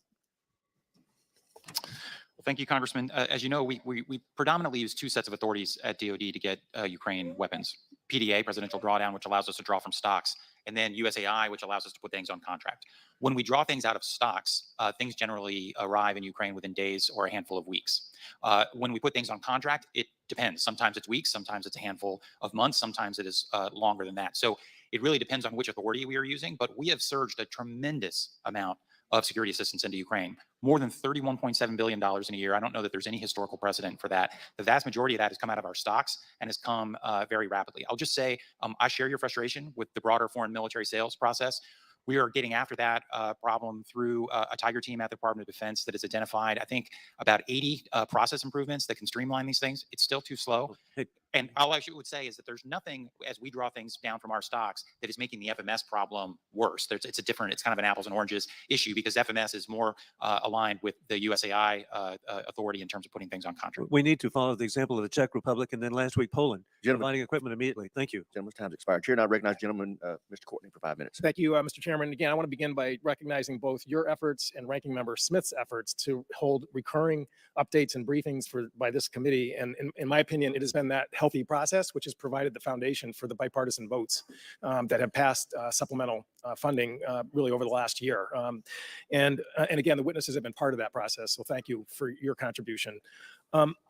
Just to, footstop what I think my friend Mr. Wilson just indicated is that included in those supplemental funding bills were actually specific explicit language by Congress directed towards the offices of Inspector General to be engaged at the maximum level. And again, Mr. Storch, if you could just sort of confirm that for the record, that again, you've been around for a long time, thank goodness. But again, it also has been with congressional support that your efforts are taking place. Yes, sir. Thank you very much for the question. We very much appreciate that support, and we're committed to the greatest possible transparency in our oversight efforts. So, and again, when we talk about a blank check, I mean, I think clearly we in the Congress had our eyes wide open when these large amounts of funding were authorized and appropriated, that we wanted oversight at every step of the way. In dealing with, again, Ukraine's efforts to deal with waste, fraud, and abuse, Dr. Call, there's an international organization which kind of keeps score on countries' efforts in terms of dealing with corruption and fraud, and it's Transparency International. In the last year, at the same time that this unprecedented almost infusion of money has been flowing in, not just from the US, but also from the EU, Ukraine's position on Transparency International's ranking actually improved. It was one of the few countries in the world. It went up 6 places. And I wonder if you could just sort of, with that backdrop, talk about your perspective as far as the seriousness with which the Ukrainian government has approached this whole question of making sure that this help goes to the right place. Thank you. I've worked the Ukraine issue now for about 9 years, and in our engagements over that entire period, corruption was the #1 issue we raised with Ukrainian officials. And I think there have been improvements over time, especially in the defense sector, which is obviously most germane for DoD. I will just tell you, in our engagements with senior Ukrainian officials now, I was in Kyiv in January. The secretary talks to his counterpart about every other week. The importance of accountability, of transparency, and of combating corruption are always points of emphasis for us. But it's not just what our talking points say. We have to put, our effort into it. We've provided the Ukrainians with ways to track the systems we provide, to include scanners and software. We've done, when it's safe, remote visits to sites. We don't see any evidence of diversion in our reporting. We think the Ukrainians are using properly what they've been given. But we'll continue to foot stomp the importance of accountability and transparency for all the reasons you mentioned. And looking again at President Zelensky's own efforts, I would say he courageously took steps to remove officials, some very close even to his office, and political supporters of his own, which shows, I think, tremendous commitment to not just talking about trying to address this problem, but actually taking action to remove people, which, again, I think just sort of demonstrates, true commitment. I think, that should be also acknowledged in terms of the seriousness with which, he and his administration is pursuing this goal. And with that, Mr. Chairman, I'd like to, as long as we're entering newspaper articles, I'd like to ask that the piece in this morning's Washington Post, Zelensky takes on Ukraine's top internal enemy, be admitted to the record. Without objection, so ordered. And again, that was. Can I enter this leftist piece of news article into what the hell, into records, because hey, here you go. let's listen to some leftist bullshit. Walks through the whole question of how they improved their score with Transparency International in the midst of dealing with an The hell? existential threat to their country. And with that, I yield back. Thank the gentleman from Connecticut. Chair now recognizes the gentleman from Colorado, Mr. Lambert, for 5 minutes. Thank you, Mr. Chairman, and thank you for having this hearing. And thank you all for being here today. General Sims, I'd like to ask you the first question I have. Last week, Vladimir Putin announced the suspension of Russia's participation in the New START treaty. This followed an earlier declaration by the U.S. State Department that Russia was violating the New START treaty. So it appears that Russia has taken New START hostage and is using it to try to get us to stop funding Ukraine. Is the Joint Staff developing plans and options should Russia further violate its limitations in New START? For instance, if it starts uploading its nuclear delivery systems above the caps? Sure, thank you for the question. So I'll save some fine tuning on that question for our follow-on session, if that's okay, and certainly pass any of the policy implications to Dr. Call to answer. But I would simply say we continue to maintain the strongest nuclear force in the world. We continue to monitor the nuclear situation around the world, to include Russia. And if I was an American, I would not be worried about the nuclear situation. Very good. And Dr. Call, if you could follow up on that, what are some of the diplomatic or other things that the administration is doing in response to Russia's latest stance on New START? Thanks. It's a really important question. Look, I think as a practical matter, the suspension doesn't make a lot of difference for the reason you mentioned, which is that they were already out of compliance with the inspections regime using COVID and other things as excuses. It's also interesting that Putin decided to suspend as opposed to leave the treaty. And I think that's actually an indication that it's not effective leverage over us. It won't be effective leverage over the Biden administration. Yes, we believe arms control and strategic stability matter for the safety of the American people and for the world. But frankly, Russia is in no position for an unconstrained nuclear arms race. They do not have the money, especially given the strain on their military from the war, sanctions, export controls. So, I think this was a way for him to generate some rhetorical headlines. But I think as a practical matter, it has not changed the situation. Russia remains a dangerous power with a lot of nuclear weapons, and we have to be vigilant against that danger. Okay, thank you. And I do think it was a mistake for President Biden to re-up New START when he first took office without any discussions at all with the Russians. I think we could have perhaps gotten some concessions or some further understanding. So I think that was a mistake. However, I will compliment the president, and the ranking member will be glad to hear this. I think it was right for him to go to Ukraine recently, and I think that sent the right signal. We all hope and pray that to God that there is no. Michael Higgins says, why would they track it? Every fucking thing that they have at this point is coming from us. Why would they be keeping why would they be keeping track of it? I mean,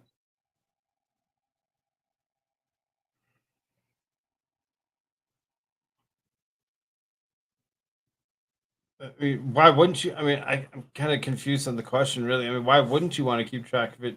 I mean, you're gonna want to know its state, So like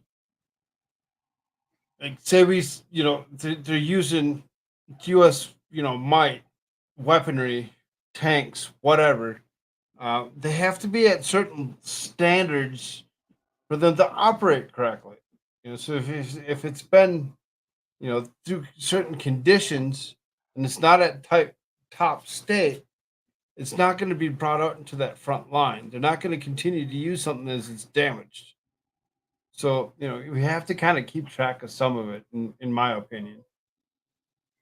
NATO violations of the fall of the U.S. Yeah, absolutely. It is all the U.S. I mean, I know that there's other countries that are actually, funding NATO or whatever, and they're part of NATO, but the majority of it, when it comes down to it, is the United States. Don't worry about it.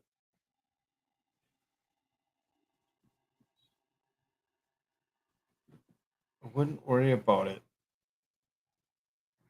Where have we heard that before? A government that turned out to be deadly advice. Yeah, I mean, don't worry about it. It's okay. We got you. Yeah, no. No use of nuclear weapons by Russia in Ukraine, tactical or anything else. And we don't want to give away what our response would be should that happen. And a lot would depend on the specific circumstances. But what would be some of the consequences to Russia should that unthinkable thing happen? Thank you for that. And I'm happy to talk about this in greater detail in the classified setting. But what I'll say here is the following. We've made it very clear to Russian leadership at the highest levels through intelligence channels, my boss, Secretary Austin, to his Russian counterpart, Chairman of the Joint Chiefs of Staff, to Gerasimov, our national security advisor to his counterpart in the Kremlin, that any use of nuclear weapons in Ukraine on any scale would be considered a world-changing event that would bring about severe consequences far in excess to Just in Ukraine. Used anywhere else in the world? Nah, no big deal. No big event. But if it's used there, yep, that's a big event. Way to go. Thanks for calling out, Doc. anything the Russians have experienced to date, and that a lot of the restraints we've been operating under would no longer obtain in a world where Russia crossed that threshold. But the good news is I don't think they're likely to do so. Yeah, and what they have to lose would be far more than what they would have to gain. And lastly, General Sims, Russia has made some, I think, exaggerated claims that it has used hypersonic weapons in Ukraine, just as they exaggerate a lot of things about their capabilities. Can you shed any further light on that particular question? Sure, we know they've employed advanced conventional munitions. No, we've covered hypersonic several times. This is new technology or whatever within the last, 15-ish years or whatever that has actually really seriously been taken to the next level.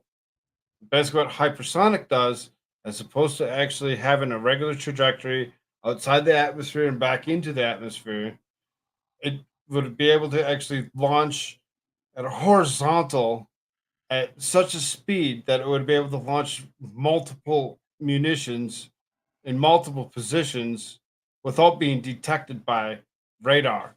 So they're not. It's not going to. Hypersonic's dangerous, and they're going to, obviously deploy it if it's something that they can potentially use. Russia sounds like a generational thing. Yeah. I wouldn't go into detail here in this session on the particulars. I would tell you that they're doing so at great expense. I mean, they're finding now that their weapons of all types are in dire straits in many cases, and I think what they're also saying is that the Ukrainians have been very prepared for many of their weapons and are shooting down their weapons at a very high rate. Very good. Thank you again for being here, and I yield back, Mr. Chairman. I thank the gentleman. Chair, and I recognize the gentleman from California, Mr. Garamendi, for 5 minutes. Thank you, Mr. Chairman, and thank you for the work that you're personally doing in reaching out and trying to make sure that the supplies are getting to where they need to go, particularly the journey that you took 2 weeks ago to Greece, Romania, and Poland. My question first goes to you, Mr. Stork. Thank you for your detailed explanation of the various projects that you have underway, you and your colleagues have underway. I'd like you to very briefly, or as whatever necessary, summarize the reports that you have provided over the last year and a half. There seems to be two different pieces to that, one of which you have already talked to, and that is suggested improvements in the auditing, in the transfer of weapons and the like. And if you'd like to go into that a little more. And secondly, if you would summarize the findings of those reports, following up on the question earlier about what you actually found.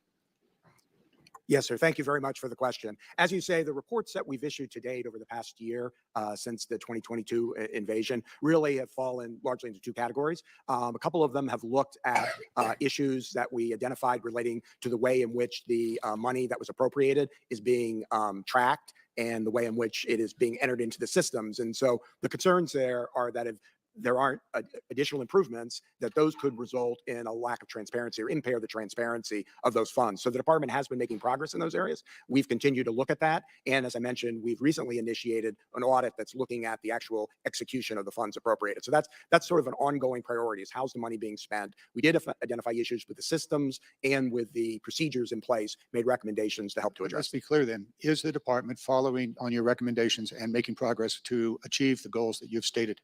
So yes, sir. The first management advisory didn't actually have specific recommendations. It raised a number of concerns. The second one did have one recommendation, and that related to putting in place procedures that were more robust in ensuring things were tracked properly. The department has made progress in that area. The recommendation remains open. We're continuing to track it, and then we'll continue to look at that in the course of the ongoing audit. And so you continue to look for perfection, as you should. Absolutely, sir. The second thing, the findings that you, beyond the recommendations for the procedures, the Right. findings, did you find any indication that there was a diversion of equipment of any kind?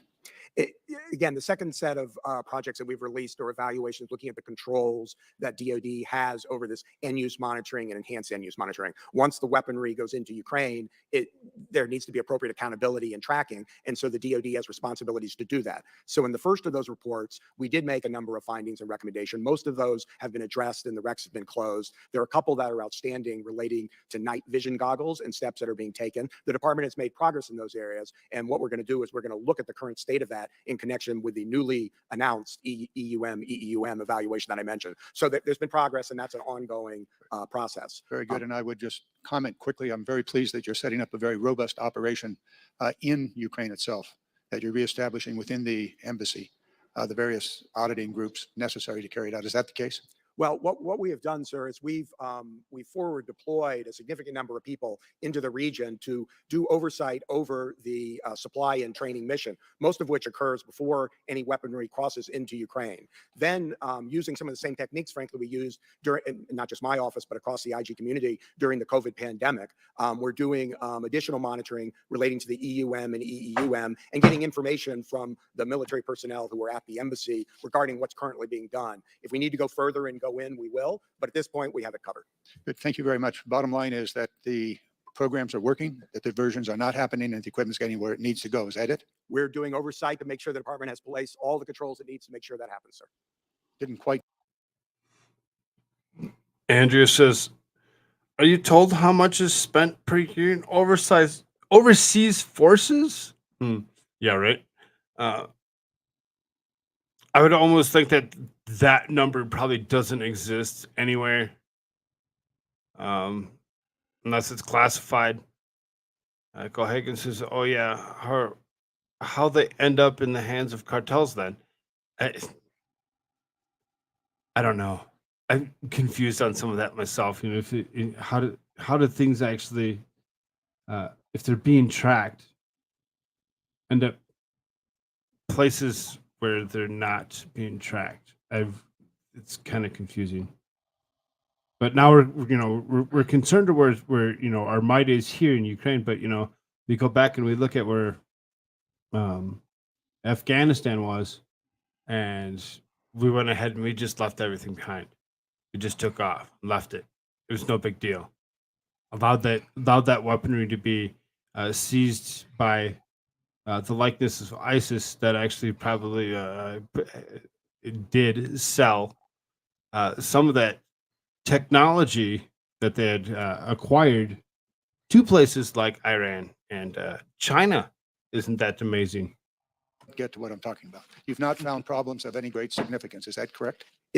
Right. Well, again, a lot of these audits and evaluations are pending, but with regard to the areas I've mentioned, we had limited findings. The department has been addressing them, and we're going to continue to look at the issue. So yes, that's correct. Thank you.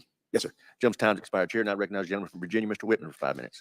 Thank you, Mr. Chairman. I'd like to thank our witnesses for joining us today. We look at the gains that Ukraine has made with assistance from around the world and what's happening to Russian forces. Degraded presence, about 40% of its pre-war fleet of tanks gone, and today 97% of the Russian army is in Ukraine. And even with that, they're struggling. The issue is for us. They really think that Russia has that much might sitting in Ukraine? No. The only might that Russia has sitting in Ukraine is old World War II armaments that they're actually, trying to, just use up, because they're like, well, it's getting old. They're not deploying new equipment. There's no new equipment that they're deploying. They have so much more equipment that's sitting there waiting for deployment that may never actually happen, because why? They're not morons. They're not going to sit there and send out everything and not leave something in their own homeland to defend themselves. They're not like the United States. Us, the munitions that we're providing to Ukraine. In last year's NDAA, we provided both funding and contracting tools to accelerate replenishing our munitions stockpiles, essentially our weapons magazines. I want to talk, though, about where I think there's a strategic mismatch. We give those contracting tools, yet how we evaluate where the needs are, to me, is in contradiction to that. The needs are supposed to be evaluated on the threats in Europe. What's that threat scenario? And as we see, the DoD has up to 2 years to determine that threat scenario.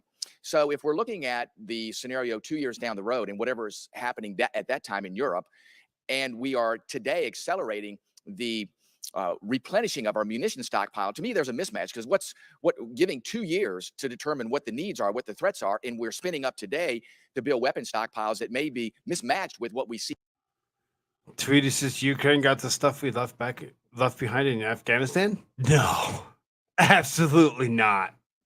Nope, not at all.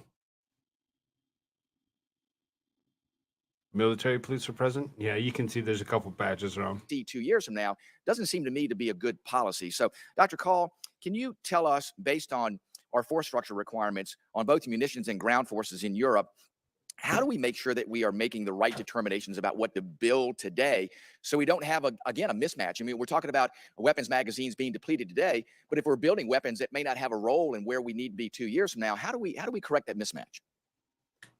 Yes, thank you. It's a very important question. So obviously, we've made significant investments because of the money that Congress has generously given us and the authorities to spend it over longer periods of time to recapitalize our munitions. That means increasing production, but it also means addressing supply chain bottlenecks and creating a longer term demand so that industry is actually responsive. I think what the Ukraine conflict showed is that, frankly, our defense industrial base was not at the level that we needed it to be to generate munitions. So right now, our priorities are making sure that we are increasing production for the things that we anticipate that Ukraine will continue to need. So a good example is 155 millimeter ammunition for the NATO standard howitzers, but also the guided multiple launch rocket systems, the GIMLRs that launch off the HIMARS systems. Those are going to matter a year from now, 2 years from now, 3 years from now, because even if the conflict in Ukraine dies down, and nobody can predict whether that'll happen, Ukraine is going to need a military that can defend the territory it's clawed back and deter the Russians from doing this again. The other investments we're doing. So, in other words, what he just said is, even if war ends and for whatever reason Ukraine wins, military might sent by the United States through NATO is still going to be available for them to protect themselves. To protect themselves from any other, invasion from any other country.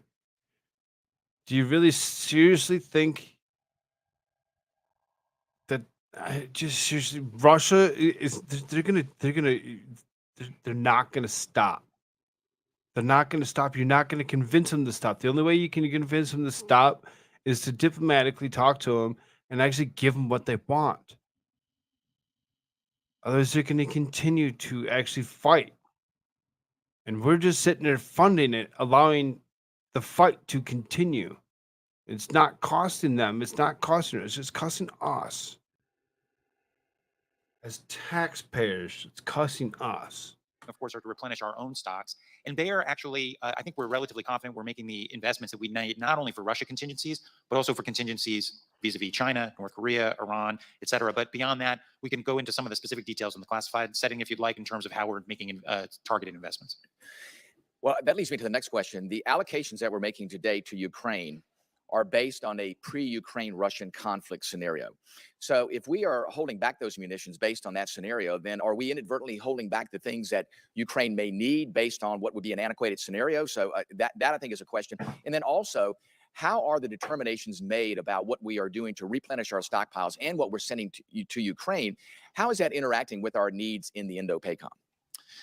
Yeah, so actually, it's a very important point. So we have a total munitions requirement that is essentially a metric against which we need munitions for a whole range of contingencies. So they're not pegged to any one contingency. It's a pool of munitions we could draw on from a range of different scenarios. We have adjusted that floor to account for the fact that Russia is bogged down in Ukraine. Their land forces have been badly attrited. It has changed the dynamic for a future Russia contingency. At the same time, we have requirements for operational plans in other parts of the world, could be North Korea, Iran, China, et cetera. And so Secretary Austin has been laser focused on making sure that as we draw down from our own stocks, we are getting Ukraine what it needs without taking undue risk to those other plans. And I think we have so far accomplished that.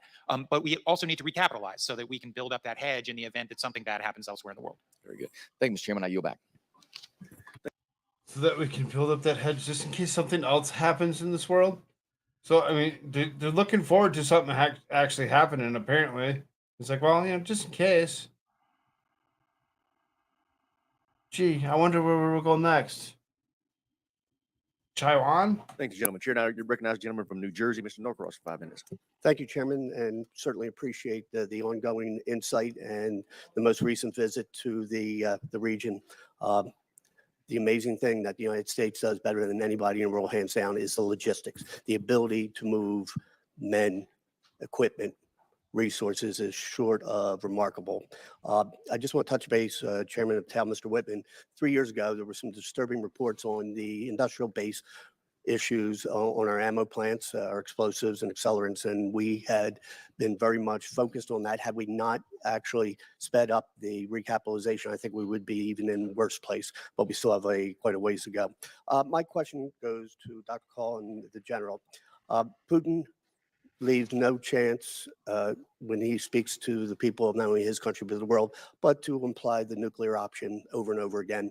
And it finds an audience in the United States. People are worried about what might happen. We've seen time and time again, there's a discussion about the red lines and what they are. And if we go back a year, what a red line was then certainly may or may not be the red line of today. And that's what I want to ask about the evolving or changing red lines. The calculations that we've made, and HIMARS is one of those discussions. Early on, we didn't want to do it. What calculations are going into effect that something that we are providing is or is not going to change the red lines? How do we determine what those red lines are and how have they changed since the beginning? Doctor, if you could go first.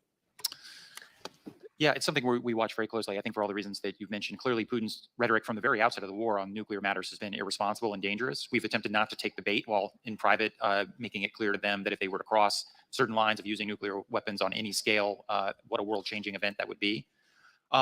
As a general matter, I do not think that we are holding back security assistance from Ukraine at the moment, largely for escalatory reasons. I think most of the decisions we are making on security assistance are driven first and foremost by our assessment of what Ukraine needs right now, given the amount of money that the American taxpayer has given the department to work with. How do we use that money for what they need right now? And then the other is, what can we provide that doesn't have huge impacts on our own readiness and our ability to respond to our own national security crises in other parts of the world. So really, those are the two things that we are measuring against. I think at the moment we feel relatively comfortable on where we are on the escalatory dynamic vis-a-vis Russia, but it's something that we consult with our intelligence community colleagues constantly to make sure we're setting the rheostat, about right without self-deterring ourselves. Thank you. So, General, when we started a year ago, there's been much discussion from the committee and those in Congress about what we're able to send to them. How much of an impact has that, quote, red line been, and has it changed since a year ago? So I would tell you what we've sent over the last year has made a gigantic difference to the Ukrainians. If you start, Of course it has. We've sent over $100 billion worth of stuff. You can't tell me that's not enough. They're just going to sit there and they're just going to feed more and more shit into Ukraine. And it'd be like, oh, it's okay. start where we were last year at the onset, it was about providing things at the moment that they needed. They were javelins, they were Stinger missiles, they were things that they needed to defeat the Russian army as they came across the border around the country. Those things were provided in good order. They were used extremely well by the Ukrainians. As the conditions changed, so too did the requests from the Ukrainians in terms of what they thought was necessary. And as we talked with our Ukrainian counterparts, what we thought would be most advantageous and available to them, all the while, as Dr. Call mentioned earlier, balancing it against our current readiness and our ability to meet any requirements around the world. Those have certainly morphed over time. And so as you've seen, so now the provision. So what you can see now is that they're asking for more. They're asking for more equipment because they don't feel that they've been sent enough. They don't. They think that we're okay, just glad handing out. I just want anything that's that they ask for.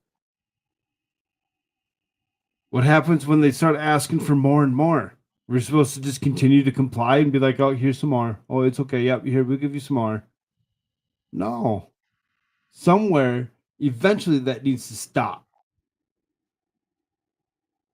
Of Bradley fighting vehicles, of tanks, and our partners make these same assertions. They've all been done with these things in mind. And I feel very confident that as we go forward, we'll continue to do so and make decisions in a very thoughtful and understanding manner.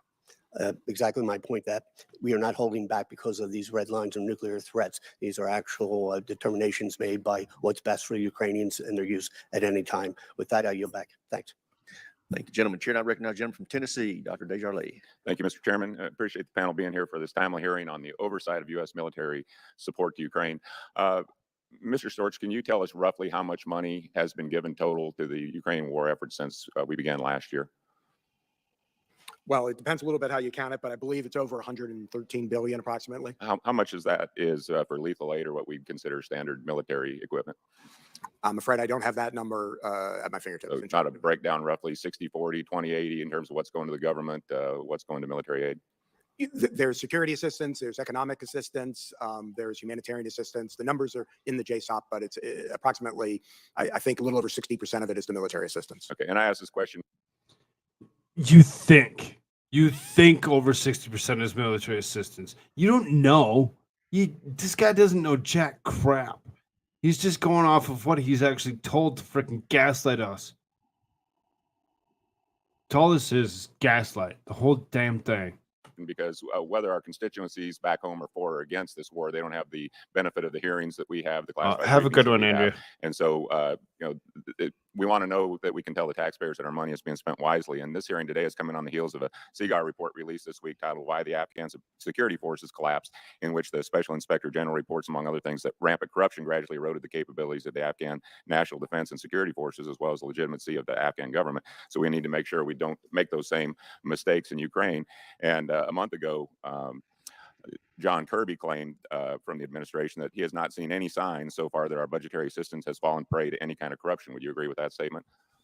So on the issue of corruption, one of the reasons we do all these reviews is to ensure the integrity of the systems in place and that controls are there so to help to prevent it from corruption. And then, as I mentioned, we have DCIS that's there to investigate any allegations that might arise. With regard to the Afghanistan report, I just say I'm aware that's been issued. Our folks are looking at that, but it's obviously a very different situation in Ukraine, very different mission. In Ukraine, there aren't large numbers of troops on the ground. It's not building the military from the ground up. It's primarily a train and supply mission, something our office is very well equipped to oversee.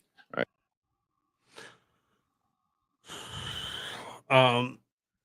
Elizabeth, I see that you're. I don't know why I got multiple comments well, your comments are duplicated. Usually, when you're using a phone and they start duplicating, the phone just needs to be restarted because there's a chance that you got multiple instances open and you just don't realize it. And the Inspector General went on to say in his report that the United States played into the hands of political leaders and contributed to their corruption by spending money faster than it can be accounted for. So I think when we say we've spent roughly $100 billion, we ought to break that down and have a clear message from DOD. And we've had hearings where we've suggested that to keep the public on board. I understand what the strategy is and what the benefit is, but we want to make sure that people back home get this. And it didn't help last year, for example, in a briefing, unnamed senior official said that there was about 100 kamikaze Switchblade drones provided to Ukraine, that they couldn't tell where they were, who was using them, and didn't know if they'd ever know exactly where they come from or where they would be used at. And so those type of statements aren't helpful. But I think that you had mentioned earlier that we have a proven model, and maybe you can elaborate and make us feel a little bit better that this proven model that you're referencing has worked somewhere else, and that we're accounting for the equipment that we're sending. Yes, sir, absolutely. We do have a proven model, I believe, using the lead IG model that's been used in overseas contingency operations, showing how we can work together as an oversight community to provide comprehensive oversight. So we currently are engaged, for instance, on oversight over the Operation Enduring Sentinel mission, the over-the-horizon counterterrorism mission that's followed on in Afghanistan. And we have a number of projects at DOD, OIG related to that. We're also coordinating with our partners. We report out quarterly in public reports on our work in that area. It's obviously an area where we've done a lot of other work as well. But the point of it is, with Ukraine, we have not just the three of us, but actually 20 different oversight entities, including GAO, including all the military audit agencies, and all the rest working together to ensure that there aren't any gaps, that we're covering the waterfront and all types of assistance, security, economic, humanitarian, other assistance, that we're doing oversight over all of it. So the American public knows that the taxpayer dollars are being spent. Is there a specific example? So that the Americans know that the tax dollars are being spent. It's exactly what it is. They're sending our tax dollars, all of our own money, to Ukraine to try helping them defend themselves from what they consider this disturbance from Russia.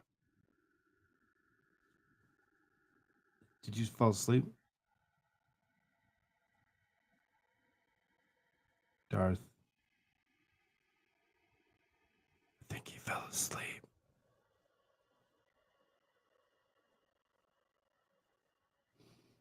Sleep well, dude.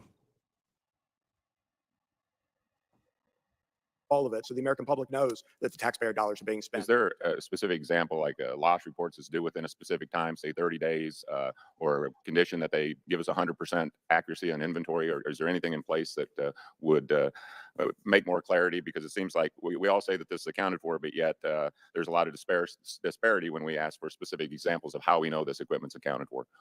So we're doing a robust series of oversight projects to ensure the accountability of equipment from the very beginning until it gets into Ukraine. And then once it's in Ukraine, we're doing continued work in that critical area I mentioned. Gentleman's time's expired. UM, Chair now recognizes. The gentleman's time is expired. He's just gonna cut him off. They're like, nah, don't finish your thought. Until it gets into Ukraine. And then once it's in Ukraine, we're doing continued work in that critical area I mentioned. Gentleman's time's expired. Chair now recognizes the gentleman from California, Mr. Carbajal, for 5 minutes. Thank you, Mr. Chair, and thank you to the witnesses for your testimony today. We recently marked the one-year anniversary of Russia's illegal invasion of Ukraine.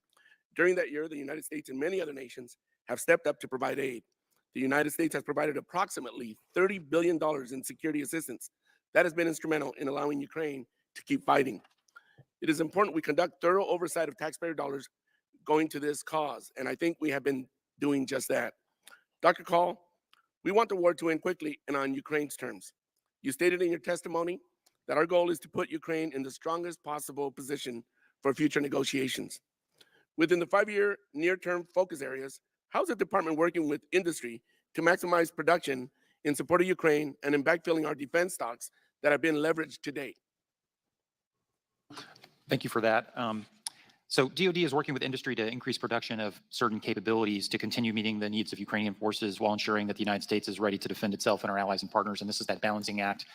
And DoD has identified over $2 billion of industrial base investments to increase and or accelerate production of things like Javelin, Stinger, HIMARS, these guided multiple launch rocket systems, 155 millimeter artillery shells, and Patriot missiles. And we're also trying to make the best use of the multi-year authorities that Congress has given to us to make sure that we're getting after the munitions challenges more broadly. Thank you. Dr. Carl, while we hope for a quick end to this conflict, we must plan, obviously, for the long term. How do the 5 focus areas evolve over time, and what long efforts can we start planning for deployment in the long term to ensure that Ukraine has what it needs for continued defense against Russia? That doesn't seem like it is going to go away. Well, you know, as the president has said, we're in it for as long as it takes. You know, Putin's theory of success is that he can outlast everybody, outlast the Ukrainians, outlast the United States, outlast NATO and the rest of the world. We're going to prove that that's just the latest of a string of miscalculations by Putin. I think, as Lieutenant General Sims noted, what we have prioritized has adjusted across the course of the war. So in the initial period of the war, when it was essential for Ukraine to win the Battle of Kyiv and to use systems they could get right now, right away, we emphasized anti-armor systems like Javelin, man-portable air defense systems, loitering munitions, drones, Soviet legacy ammunition, artillery, and air defense systems. As the conflict shifted to the east, we focused on NATO standard artillery systems and also providing them HIMARS and the Gimlers. This winter, we have focused on more advanced air defense systems, so think NASAMS, Patriot, but also armored and mechanized systems to help them change the dynamic going into the spring and summer. And so we will continue that process as we move forward, as Ukraine's needs change. And I do think it is incumbent upon all of us to think about what Ukraine needs over the medium term to make sure they can defend whatever territory they claw back from the Russians and deter the Russians from going at it again when and if there's a halting to the fighting or a peace settlement, or even if there isn't. And so the department is focused on constantly iterating on that analysis. Do you think we're succeeding to that end? I think we are. Look, I think that if we're all honest with ourselves about where we thought things would be a year ago when Russia launched this invasion, I think it was a pretty dire, pessimistic assessment. And while I don't know how the war is going to end, I think we already know one conclusion for sure, which is that Russia has lost. Russia has lost. Oh, really? Russia's lost. Yep. Okay. It's over. It's all done.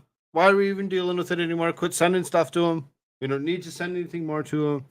Everything's all done and over with. Russia lost. Let's move on. Let's take ourselves out of Ukraine and let them defend themselves. Stop spending U.S. dollars on that, because you just told us they lost. They're done. It's called take your boosts. They intended to take over all of Ukraine. That didn't happen. It's not going to happen. They intended to divide NATO. NATO is stronger. They intended for Russia to emerge out of this war a great power in a multipolar world. They will emerge from this conflict a shattered military power. And so, again, I don't know exactly where the final lines will be drawn when this conflict comes to a close, but I know our policy has been successful in keeping a sovereign, democratic, independent Ukraine alive and ensuring that Vladimir Putin suffers a loss. Thank you, Dr. Call. Mr. Chairman, I yield back. I thank the gentleman. Chair, and I recognize the gentleman from Florida, Mr. Gates, for 5 minutes. Mr. Storch, you're our watchdog. Ukraine has a corruption problem, right? There's a long history of issues with corruption in Ukraine. I don't. Infrastructure minister arrested for stealing $400,000. Deputy head of Zelensky's office can't explain where the sports cars came from, so he had to resign. Deputy defense minister resigned over contracting corruption, but the defense ministry put out a statement that his resignation was a worthy deed. And the wife of a former Ukrainian politician was found with $22 million in cash crossing the border into Hungary last year. Seems as though a lot of the zeal for enforcement of the anti-corruption efforts seems to align with the Republican control of the House of Representatives in our country. Maybe that's a coincidence. But let's get to this end-use monitoring you testified to. The Arms Control Act of 1996 requires end-use monitoring for certain defense articles that are sold or leased, right? Correct. And there's no feature of anything we've passed that exempts what we've given to Ukraine from those requirements in the Arms Control Act, right? Not exempts. There are different provisions as to how that plays But out that in is different controlling circumstances. law, controlling policy. And here's the upshot. As you testify here today, you cannot testify truthfully under oath that the DOD has complied with the policy and law regarding end-use monitoring during all times of this conflict. Isn't that right? So I want to be careful here when I respond to you, Congressman, to make sure that I'm clear. We are conducting a series of evaluations that look at the controls that DOD has in place to ensure that they are taking the steps that are And required. I get all that, but here's the operative question. We haven't complied with end-use monitoring according to the law with everything we've sent to Ukraine to date, have we? So our 2020 report, which is our last public report on this, made a number of recommendations. All of those have been met. I know, but you're sort of dodging the question. You cannot testify that we have complied with the end-use monitoring requirements at all times during this conflict, can you? So we have an ongoing evaluation I get right that it's now. ongoing. I'm looking backwards. You cannot testify that everything is complied with the law and the end-use monitoring, can you? So some of that gets into the classified report that we issued But previously. I think everyone watching this could see that if you could testify to that, you would. You're citing a classified report. I don't know why that report's classified. I think the American people deserve to know if this 1996 law is being followed or not. You can't testify that it is being followed, and so I think they can draw reasonable conclusions from that. Do we have, Dr. Call, do we have DOD? Reasonable conclusions. I mean, really, I mean, and you can see how he is, and he's like, what did you just do to me? What kind of get classified by whom? Yeah, I mean, so you go back all the way to 1996, Bush administration, Clinton administration.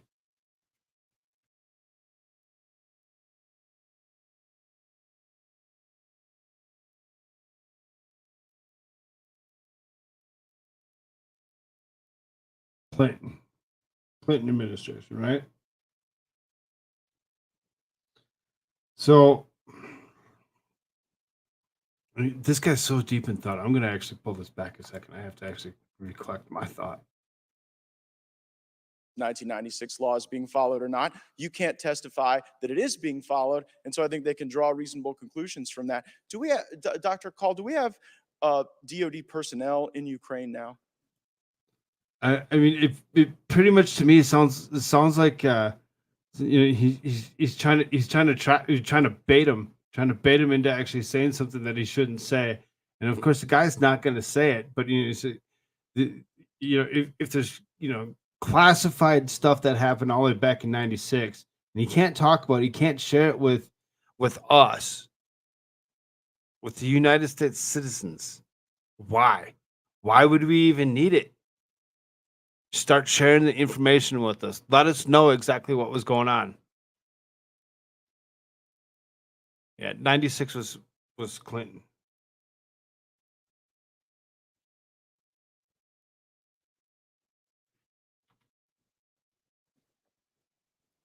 We do. We have a couple dozen at the embassy. Other than the embassy, any other personnel? Nope.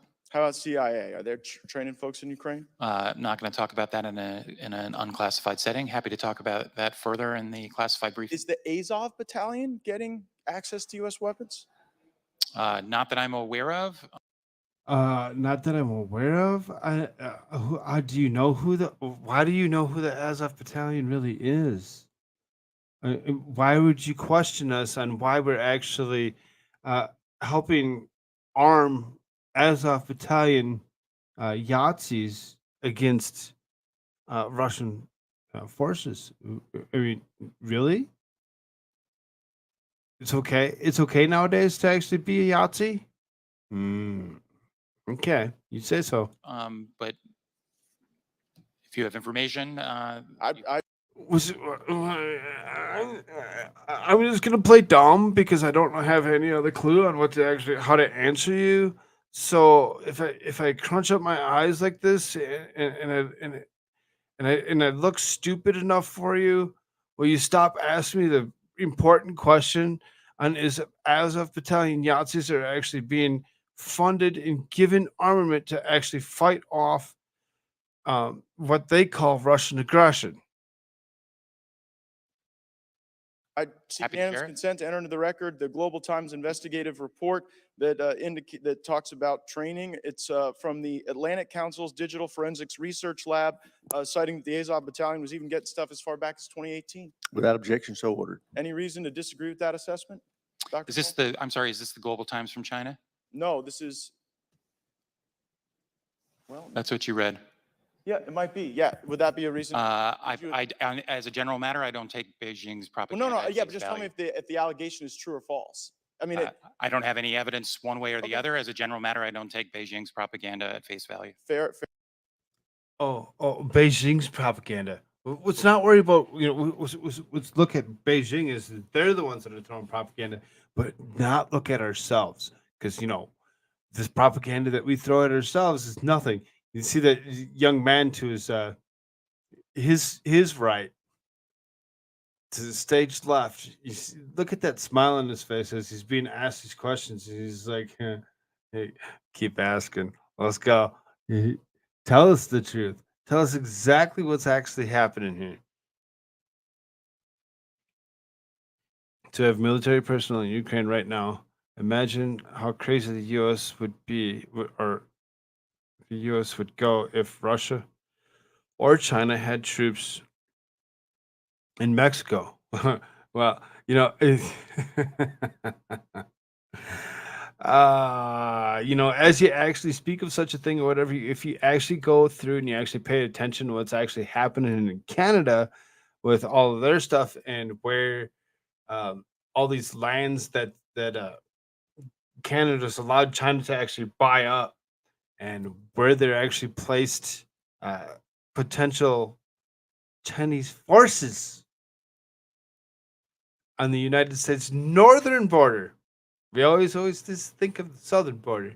We never pay attention to the northern border because it's just Canada.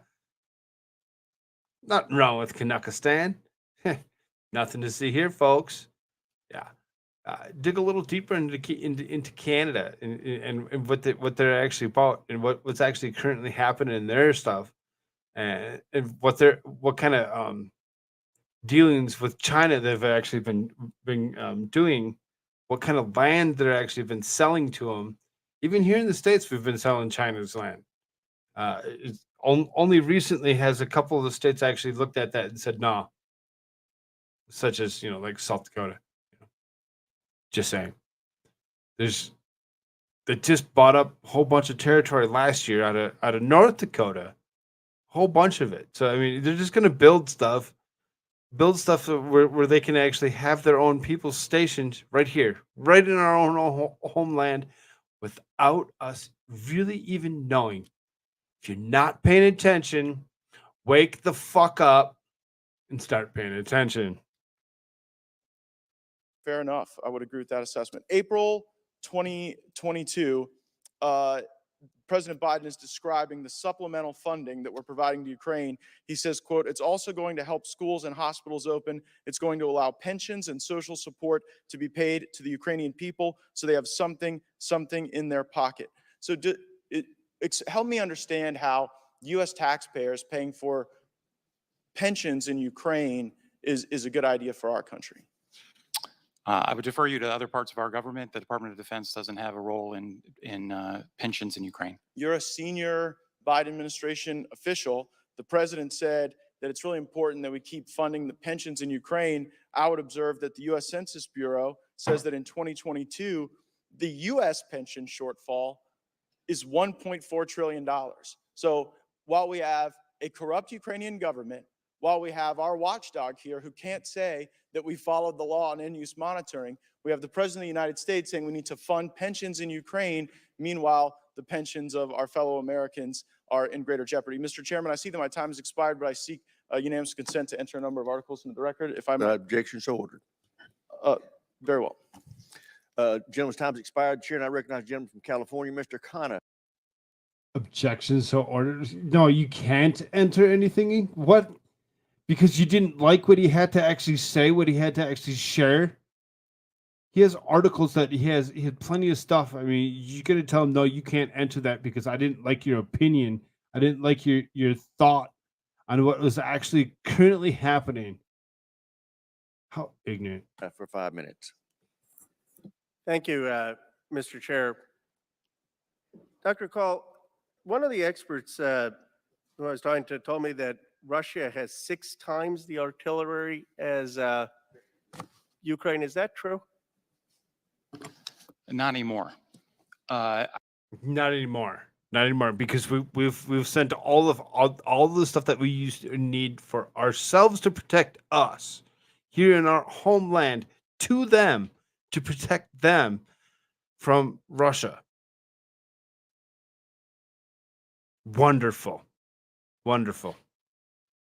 I think the reality is that we don't know precisely how much artillery Russia has left, but we do know that they have expended an extraordinary amount of it. Wrong. Everything that they've actually expanded out of Russia is old, archaic World War II armaments. They've not deployed everything. Nowhere near. They got more technology now than what they're actually showing. There's no freaking way that you can believe this. That Russia, this huge country of Russia, is unarmed.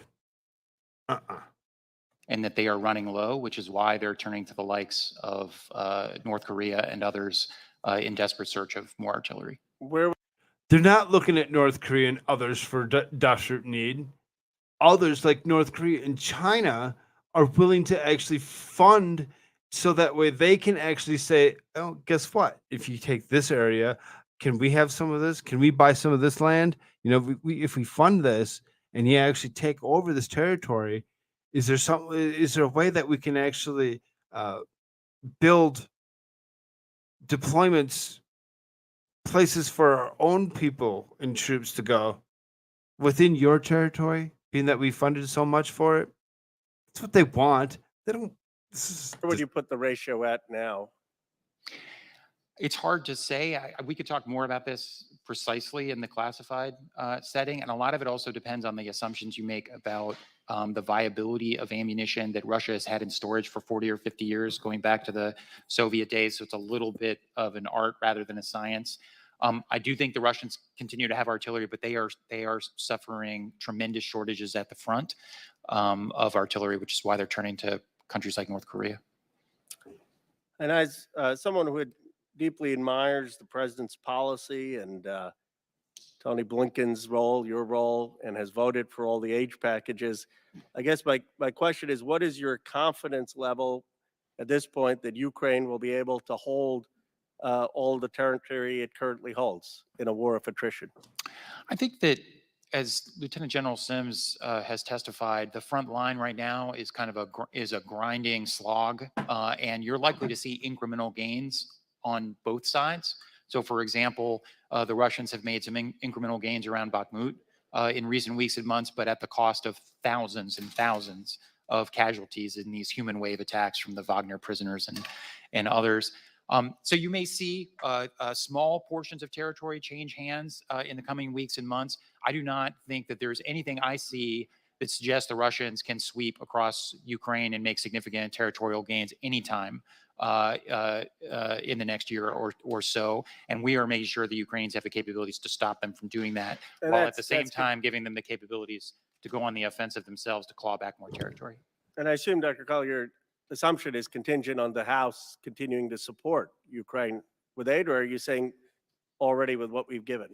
No, I mean, well, so first of all, the House, the Senate, the American people have been extraordinarily generous. We've spent about $31.7 billion in security assistance over the last year. We have about $12 billion remaining from the money that you all provided at the end of last year for the remainder of this fiscal year.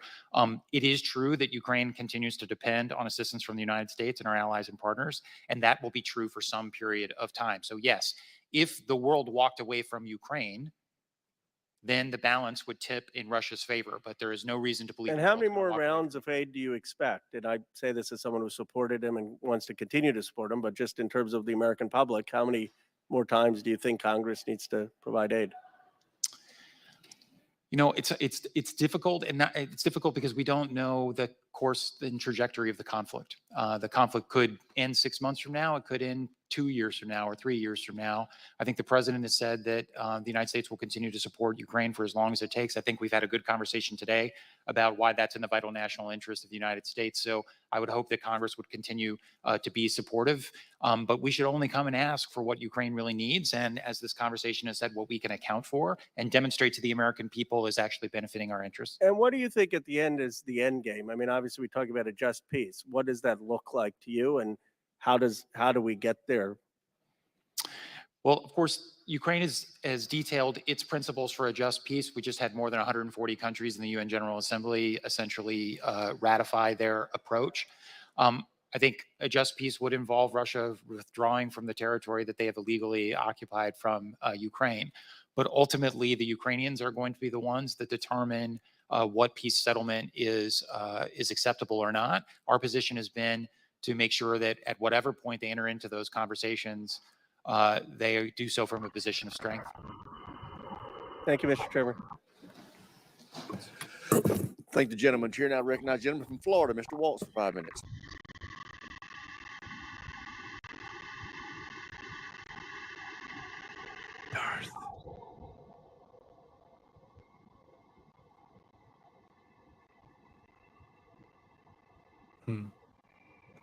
Here you go. There's a poll for you.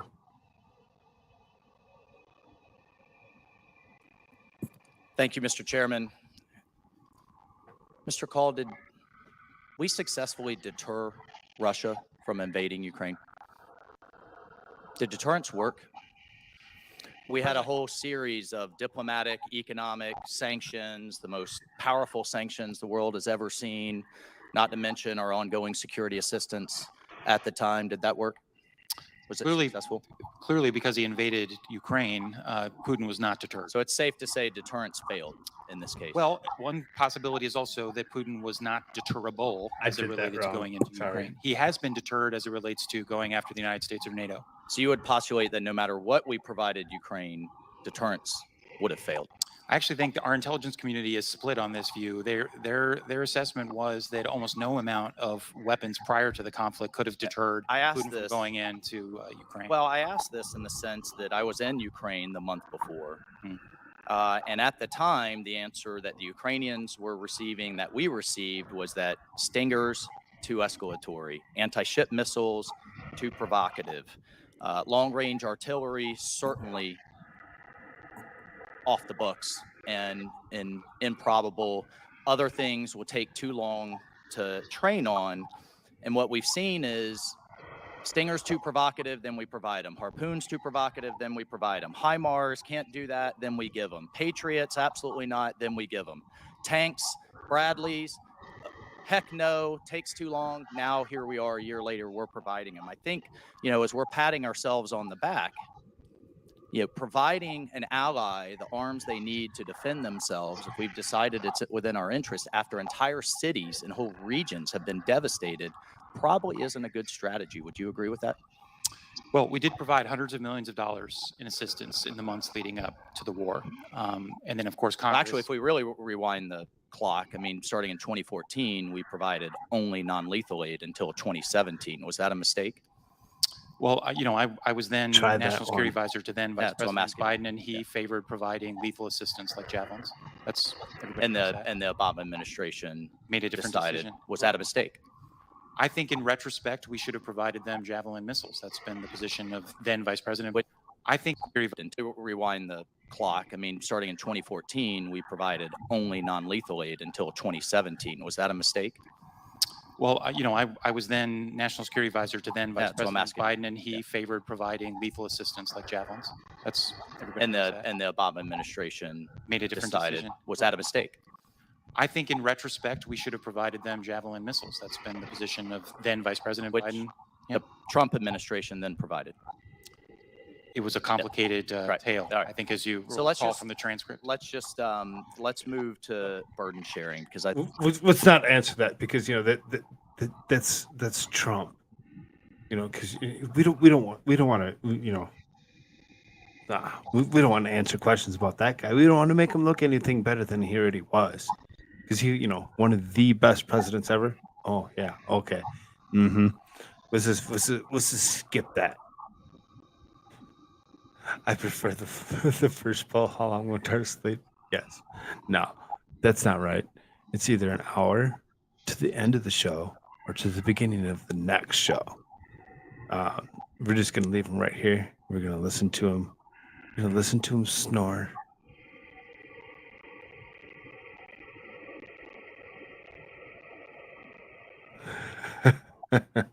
I think this is absolutely an issue I hear from my constituents and something we need to address as a policy matter. The United States provided $30 billion in security assistance. The next nearest is Germany at 3.5, a tenth of what we provided.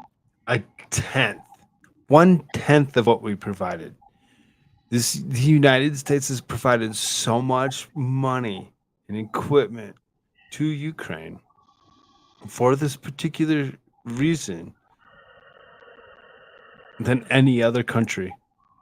But yet, you hear people say, "Oh no, other countries are spending more." No, they're not.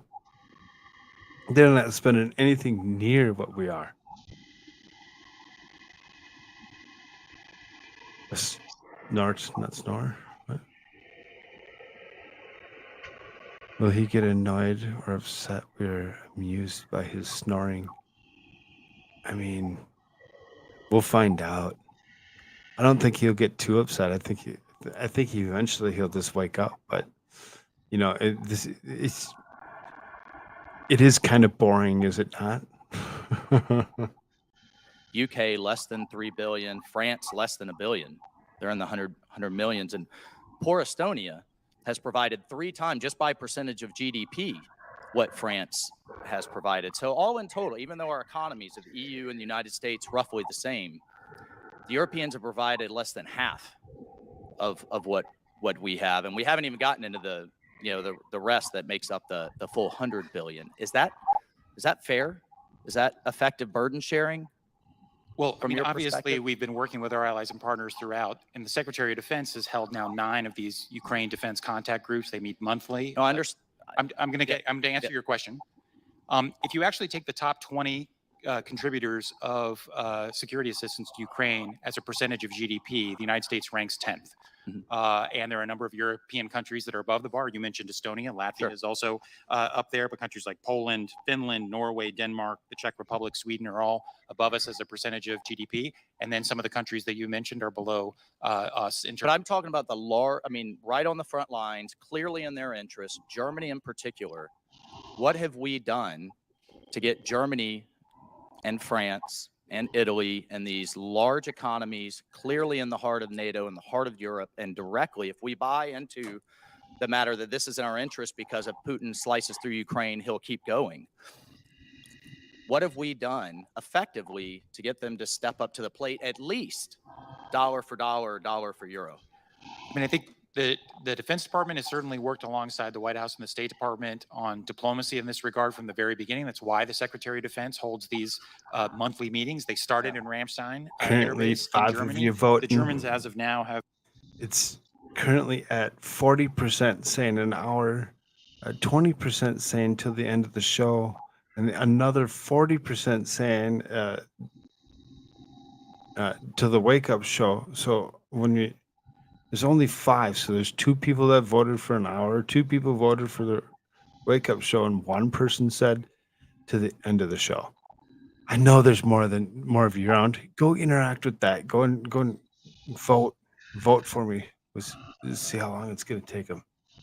have provided $3.58 billion. The UK has provided $2.85 billion. I read out the statistics. I would just postulate going forward over the long term, just as we had in the Gulf War, where we had an effective diplomatic effort to pay for this, that this is a global issue. Gentleman's time's expired. Chair, I think we need to do a lot Massachusetts, more to Mr. get your Keating for stuff 5 up. minutes. Thank you, Mr. Chairman. Thank you, Mr. Chairman. And I want to thank the chair and the ranking member for having this hearing on an ongoing basis on an important issue of oversight. This is an all-government approach that we have here. Secretary Yellen is in Ukraine right now, and we do have sanctions that no country has ever seen before. In terms of your area, particularly Mr. Storch, or for anyone that's here, some of those new sanctions, how helpful will they be in terms of the people that are trying to skirt those existing sanctions and get around them, and how helpful will they be in the overall effort? Well, I'll just start from the oversight perspective. We have this working group. Part of the working group is the Department of Treasury OIG.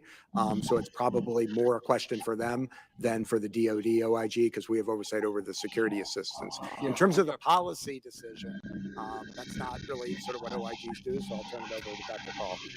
I'll just say, I think obviously the sanctions have put a dent in the Chad Russian economy. We'll sleeping continue too. to magnify that. I think from a DoD perspective, the bigger constraint on the Russians is more likely to be the export controls, which are making it very difficult for Russia to recapitalize the military that has been shattered in Ukraine. Just a quick question. Does Germany have different laws than we do in terms of their defense? I mean, all the allies and Hey, partners we Suzanne. work with have different constraints, different laws. Sitting Germany over on was Rumble not- by one of the yourself, reasons not we didn't talking? provide lethal assistance back in the Obama administration was because Germany was so opposed to doing it. So the fact that they provide any lethal assistance was a huge sea change for them. Now, I know that's frustrating for a lot of folks who want our allies and partners to do the most they can. We share that. Dozen of you desire. watching over on But that yes, Rumble our side, allies and hit partners that all thumb have for their me. own domestic Go ahead, political thumb it up. constraints, their own domestic regulations, and a lot of them have had to change their own laws and practices in order to provide the historic support for Ukraine that we've seen. 5 feet of snow. Damn. Question. You know, when we read something in the newspaper regarding someone being dismissed from a position in Ukraine and being replaced, you know, this is a sovereign issue that each country has. They make their own decisions. But just a question, and I want to do this so we can avoid classified setting. Just a question generally. If those decisions are made and they do deal with something that would be a concern in our oversight and everything, is that communicated to the U.S. and their allies informally? I would say sometimes we're aware of the moves before they happen, and sometimes we're aware when we read about them, just like you do. I think the point from our matter of U.S. policy is that the importance of getting after corruption in Ukraine or anywhere else is at the top of our points of emphasis with Ukrainian leaders. I do think they are taking these issues seriously. I think it's a problem they're going to continue to work on, but the fact that they're making any progress in the midst of this existential fight, I think is quite remarkable, frankly. Yeah, thank you. Suzanne, I see you there. Yes. Yeah. Our great grandchildren will be still paying for this war if it doesn't, even if it ended right now. They're still going to be paying for this war. There's too much money that's been invested in it.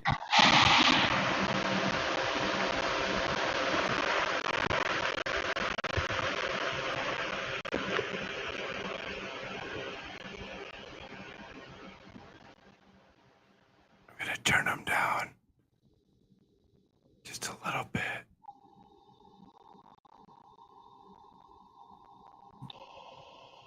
What? Down and past videos on YouTube. Nice. We have all been played. Russia's not suffering. Their grocery stores are fully packed. Sanctions had zero effect. Yep, exactly. Yep. There's absolutely nothing that we're doing that's affecting them. We're not hurting them in any way, shape, or form. They're all just fine. They're actually changing. They're actually changing things. They're changing what the U.S. dollar is actually worth, and making the U.S. dollar worthless compared to Russian and Chinese monies in itself. Shows double thumbed. No, I do not. Mr. Storch, just an observation. I was a prosecutor before I was a member of Congress.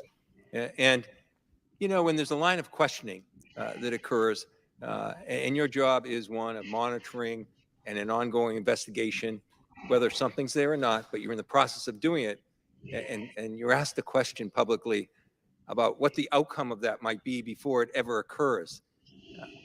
That must put you in a very difficult position to answer a question, and it might give the perception you're not answering the question when indeed you're not able to answer the question if you're doing your job properly. You want to comment on sometimes on the difficulty of that line of questioning when it's posed in a public setting like it is here? I appreciate very much the observation, and that's exactly right, obviously. You know, our job in the IG community is to do independent oversight. And as an old boss of mine used to say, we hit it right down the fairway. I can't do that in golf, but my office does that in oversight. And so we're looking at these issues. We're trying to determine what happens, and we're going to report out as transparently as we can. Like But to Shark's try to get tie? ahead Really? of an ongoing audit or evaluation, or to talk about, I can't even begin to speculate about investigations, puts us in a very difficult position. So I appreciate the sensitivity. If I can on corruption, I just add, when I was over in Kyiv, that was one of the things we really emphasized, both myself and my counterparts from the other two OIGs. And we met with everybody up to the prime minister and down the minister of defense and others, the importance of ensuring that corruption was being addressed and that we're being transparent about it. They all said they understood that. Now, obviously, as a career prosecutor at an IG, you know, we're in the trust but verify business. But certainly they indicated that they understand that issue. And finally, I just add that sort of in one of life's coincidences, I actually previously worked in Ukraine as a resident legal advisor for the Department of Justice, working on anti-corruption issues. So I hope that perspective helps my office as we look at what's going on here. I yield back. No mods. Chair now recognize gentleman from Indiana, Mr. Banks. Thank you, Mr. Chairman. Dr. Call, you helped write the dangerous Obama-era Iran deal, the JCPOA. You helped negotiate it. Last November, President Biden was caught on video saying the deal was dead. Yet just this month, the administration has renewed sanctions waivers that are key to the deal. Why, in your opinion, is the Biden administration so hell-bent on re-entering the new Iran deal? Thank you for your question. Just as a technical matter, I was not involved in the negotiation of the Iran deal. You helped write it. I Is that didn't, fair? but You were involved with it. Well, this young man sitting back here, the second they scanned over here, he's shaking his head no. Immediately shaking his head no. Let's watch him again. Thank you for your question. Just as a technical matter, I was not involved in the negotiation of the Iran deal. You helped write it. I Is that didn't, fair? but You were involved with it. well, I worked in the administration when the deal was negotiated. Oh, okay. You worked in the administration, but you had nothing to do with it? Just push it off, make it not yours, make it somebody else's? Sure. The president and Secretary Blinken and others in the administration have made clear that we're not about to re-enter the JCPOA anytime soon. Why did they attempt to re-enter it? Well, because Iran's nuclear progress since we left the JCPOA has been remarkable.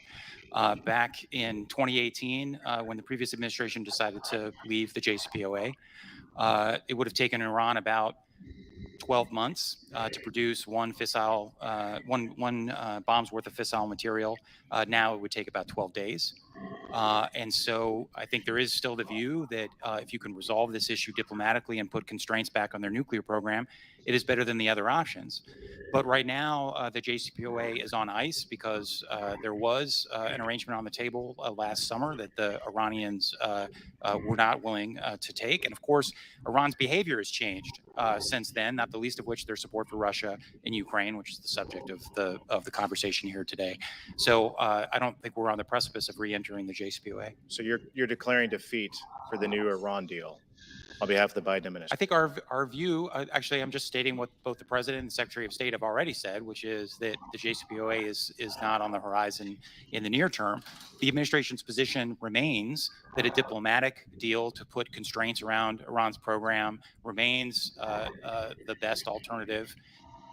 This guy that's sitting behind him, this guy over here, he's sitting there. You can see him. You can see him. He's shaking his head. Yep. Who's this guy? Is he some kind of spy or something? Is he like, yeah, right, yep, keep on telling us your secrets so that way we know. Elizabeth, there's no accounting and oversight in any government? It doesn't seem that way, does it?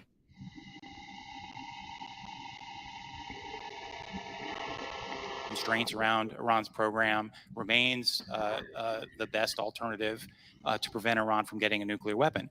But the president has also made clear that his policy is that Iran will not get a nuclear weapon, period, and that if a diplomatic outcome is not possible, that we have other options to deal with that problem. So does it concern you that Putin and China are on the side of negotiating the same deal that you helped craft during the Obama administration? There are no active P5+1 negotiations, so China and Russia being at the table or not being at the table are not terribly Can you germane. shed light for us on why we tapped Russians to help negotiate on America's behalf in the renewed negotiations during the Biden administration?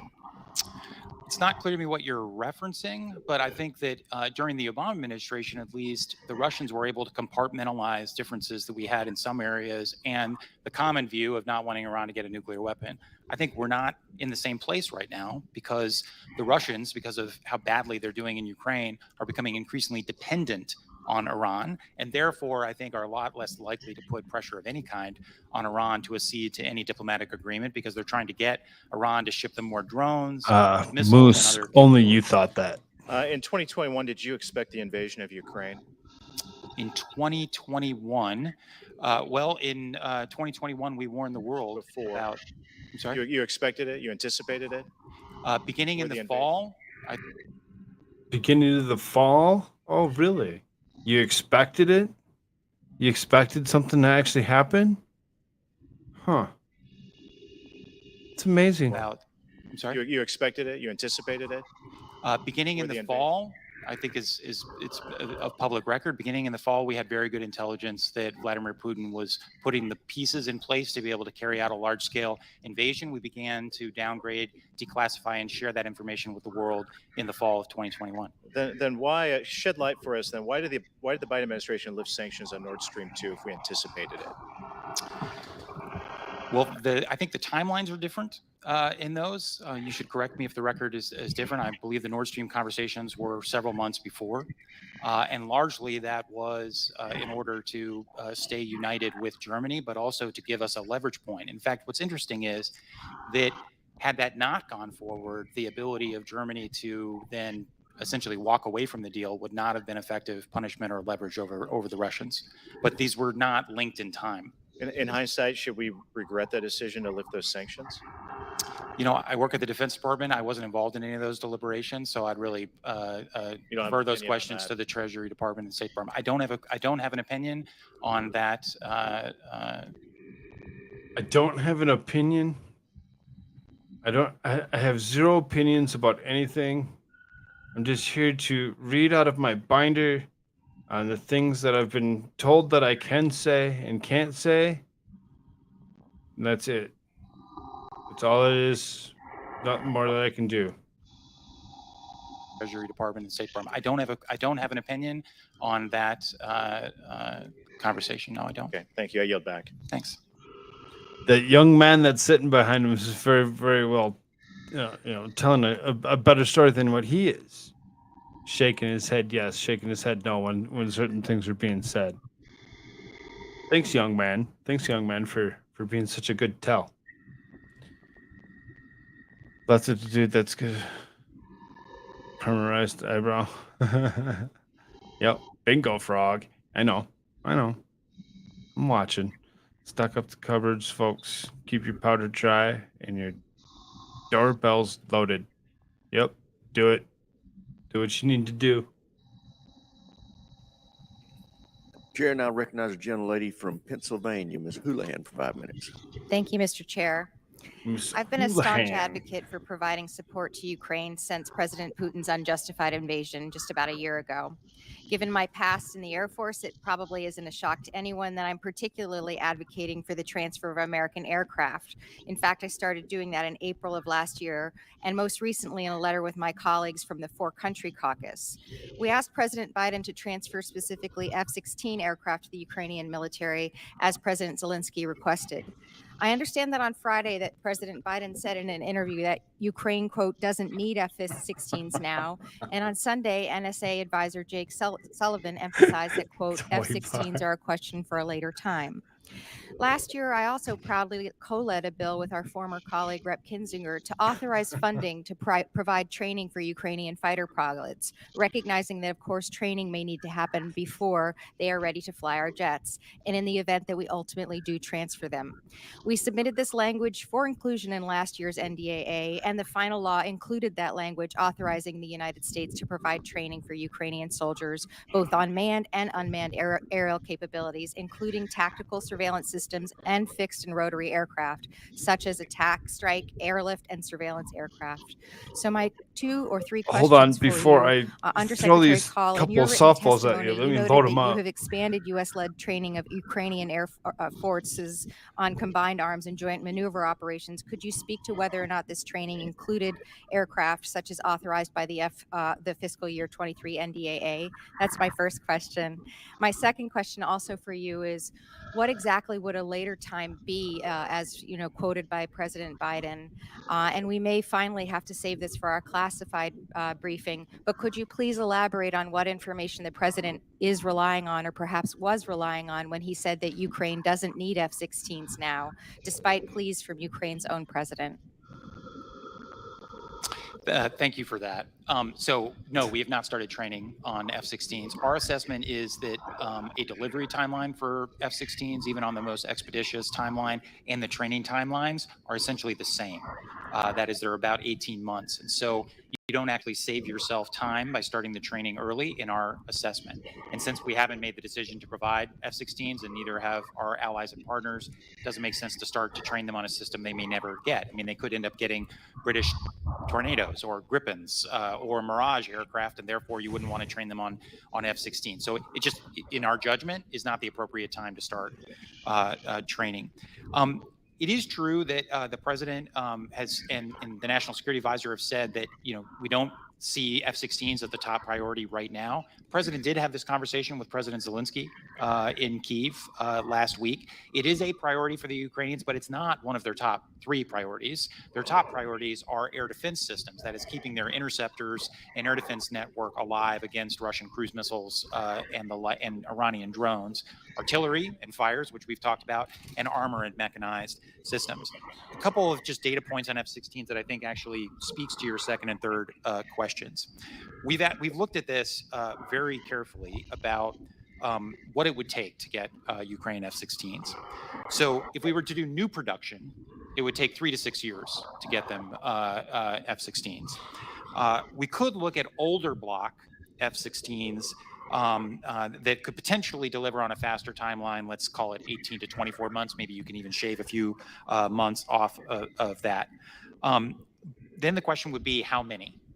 The Ukrainians have at times asked us for as many as 128 fourth generation aircraft, a mix of F-15s, F-18s, and F-16s. Our Air Force estimates that over the long term, Ukraine would probably need 50 to 80 F-16s to replace their existing Air Force. If you did that with new F-16s, so say Block 70, 72s, that would cost 10 or 11 billion dollars.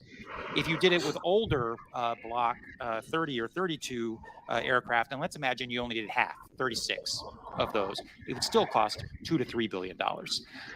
And just as a reminder, that would consume a huge portion of the remaining billion, security assistance you that know. we have for this fiscal year. So these are the trade-offs that we are making in real time. Would it make sense to spend $3 billion on a capability that will arrive a year and a half from now when that $3 billion is needed for Patriot interceptors or more Bradley fighting vehicles or more 155 millimeter ammunition or more Gimlers, et cetera, et cetera. And so that's the trade-offs we're making at the moment. I'm nearly out of time. I appreciate that. I guess my only concern is when we started talking about this 10 months ago, 10 months has gone by. And so I just don't know when the clock should start. And when we see that this, Gentlelady's time's expired. Chair I now appreciate it. recognizes I yield back. the gentleman from Louisiana, Mr. Johnson, for 5 minutes. Thank you, Mr. Chairman. Thank you all for being here. Very important topic, very timely. I had a couple more questions about the end-use monitoring for Mr. Storch. Your office published a report in October stating that the Department of Defense was unable to provide end-use monitoring in accordance with DoD policy because of the limited U.S. presence in Ukraine. So the report identified the challenges that the DoD personnel who are responsible for conducting end-use monitoring and enhanced end-use monitoring face when there is no U.S. personnel present, or Good at one, least Suzanne. limited presence there. Have we learned any lessons or discovered any best practices to improve that end-use monitoring in Ukraine despite the lack of people there on the ground? So to be clear, the report that was issued in October 2022 was a classified report. So happy to talk more in detail about that during the later session. I believe it's accurate to say that what the report did is it acknowledged the challenges that are faced in those circumstances, such as they were in Ukraine, and the steps that were being taken at the time to try to address those. And as I say, happy to talk more. The reason we initiated the current evaluation, and the reason I didn't want to get ahead of what we're finding, is that as the situation changes and conditions on the ground evolve, we want to go back, and we are going back and looking at what's going on now, what steps have been taken to try to adjust those challenges and where they are and how things move forward. And frankly, Congressman, given the importance of the issue, I think that's something we're going to be looking at as long as this goes on, right? And so that's where we are. And I think we agree we have to do that. I mean, when you make a sentence stating a fact or trying to state a fact, and then you ended it with the word right? This is what I'm telling you. Are you agreeing with me? So now that you're agreeing with me because I asked you right, how do you feel now? Seems to be military contempt, Handshot.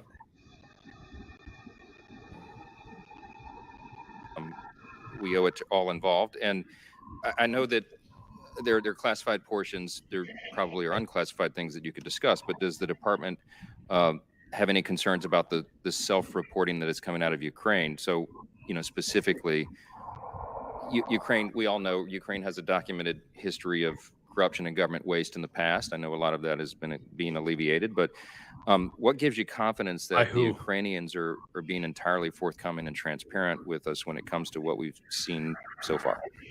So, at some level, that's why we do these audits and reviews, right? Is so we want to look at the evidence and then be able to assess independently where things are. As I mentioned, I went to Kyiv. We met with the prime minister. We met with the minister of defense. They told us they understood the importance of addressing corruption. When we were out there, actually, coincidentally, a number of corruption cases had been announced. They very strongly pointed out those did not involve U.S. security assistance or U.S. assistance generally. But having said that, they were corruption cases, and the point they were making is they were trying to address them. So as I say, I've got a long history. I've been going out to Ukraine and working out there on behalf of the United States government for more than 15 years, and in the anti-corruption area. And so I hear what they're saying. And then we're in the trust but verify business. And the way we do that on this issue is by doing these evaluations that look at what's actually going on. Because again, there's sometimes a misunderstanding. We at the DoD OIG, we don't I go don't think he out woke up and yet. count the missiles, right? We don't do the monitoring. It's up to the DoD to meet the requirements of the law and the policies that implement it regarding monitoring. And then we do oversight to make sure that's happening, that it's happening in accordance with the law and it's happening appropriately. And we make recommendations to help the DoD to improve that. So that's the process we're engaged in now. And as I say, I think we're going to continue to be engaged in. To go along with chat, I mean, she does look a little butch, but at the same time, I'm not so positive that it's Tran. Just saying. There's just some inherent challenges, as we are acknowledging, when we don't have DoD personnel there. So we want to ensure, of course, that sensitive weapons end up where they're supposed to be. Do you think that we need U.S. inspectors on the ground to do that? Or, I mean, we're trust but verify. What are the details of that, I guess? I'm sorry, do you mean from my office or DoD? Well, U.S. inspectors. I can talk to that a little. Okay. I can talk to that a little bit. So first of all, we're not just taking the Ukrainians' words for it. They provide us information on their inventories, their transfer logs. We have provided them handheld scanners. That data gets transmitted directly back to us so that we can keep custody. We have shared NATO standard inventory and logistics software, which we also have access to that data. And then, of course, we do have a presence at the embassy. We have an Office of Defense Cooperation, and they have done 6 different site visits out from Kyiv. These are day trips. It's a dangerous place, and we don't have outposts across the country. And they have seen no signs of diversion or that the Ukrainians are not following procedures. So, look, this is an active combat zone, and it's not like Iraq and Afghanistan where we have thousands of soldiers all over the country. So there are inherent restrictions, but we're trying to maximize the use of technology and the people we do have on the ground to get the best site picture as possible. And then, of course, the IG will do oversight to make sure we're doing our job the right way. General time's expired. Chair, and I recognize the gentlelady from New Jersey, Ms. Sherrill, for 5 minutes. Thank you, Mr. Chairman, and thank you. I recently met with many of our NATO allies and members of the Ukrainian parliament, and 2 things really became clear. One is that U.S. leadership has been effective. We have overseen a lot of the support for Ukraine, and our allies appreciate that, as well as our intelligence sharing. I don't think your microphone's on. Yeah, you might want to borrow Miss Escobar's or Miss Watkins. Still Miss Watkins. There you go. Thank you. I was saying that 2 things have really become clear. U.S. leadership has been instrumental in this fight, and that has been noted by our allies across the world and appreciated. But sadly, what's also become clear is the broad-scale use of war crimes by the Russians, kidnapping of children, over 6,000 verified cases, and that's simply what we are able to verify. I'd say that's very low. Rape of mothers in front of their children, young children, rape of daughters and mothers, as I'm hearing from my Ukrainian community as they come into the district, targeting of civilian infrastructure. And so it becomes clear, and when you hear from the Ukrainian parliamentarians, you hear that they believe this is an attempt by the Russians to demoralize them, to make them want to quit this fight, when in fact it has had the opposite effect, an understanding of why this fight is so important. And so that is why we on this committee take our job so very seriously, for making sure that we can support Ukraine. And the only way we can continue to do that effectively is with the support of the American people. And so our understanding of the oversight, our understanding of how Ukrainians are overcoming their history of corruption is so important so we can convey it. And I really appreciate your explanation of all of the measures we have in place, but I don't think what is coming through is what I heard when I was on the ground in Kyiv from the embassy, that they are seeing all the weapons that come in get to the front. They are getting pictures of those weapons on the front lines. They are seeing them in use. They feel very confident that the weapons that we provide them at the border of Poland are in fact making it to the front, and we are certainly seeing their effective use time and time again. Can you talk a little bit more about why we believe that the weaponry that we have sent to Ukraine is in fact making it to the front, and how we have not seen we have not seen those weapons, for example, for sale on international markets? And Susie tried. I see you've fallen asleep. Thanks for the stream. Yeah, absolutely. Get some good rest. We'll see you tomorrow.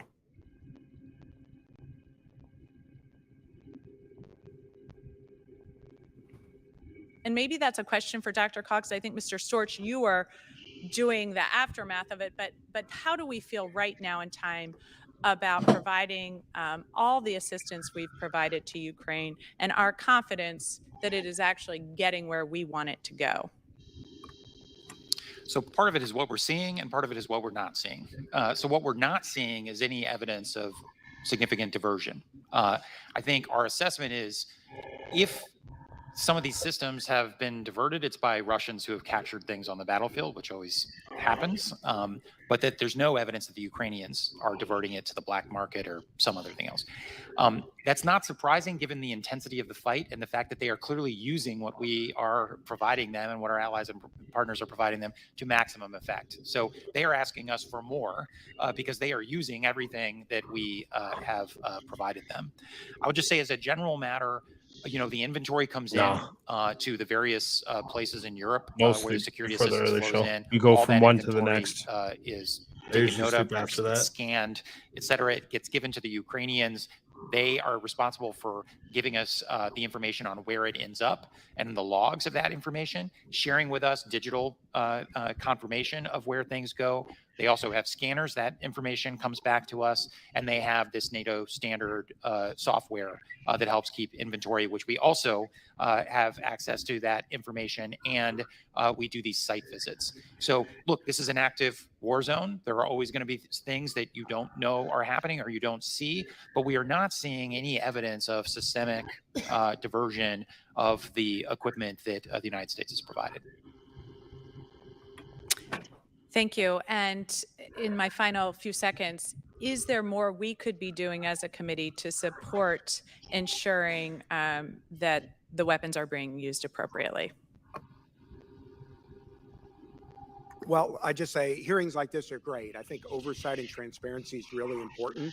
The things that Dr. Call talks about, that's the information that we're getting as we have our teams out there doing evaluations, looking at every aspect of the security of this equipment from the beginning until it gets to the front lines in Ukraine, and to make sure that everything that can be done is being done to ensure that it's being used properly and as intended. So I think hearings like this are great, and we appreciate the committee's support as we do our oversight, and we'll keep you informed as we go forward.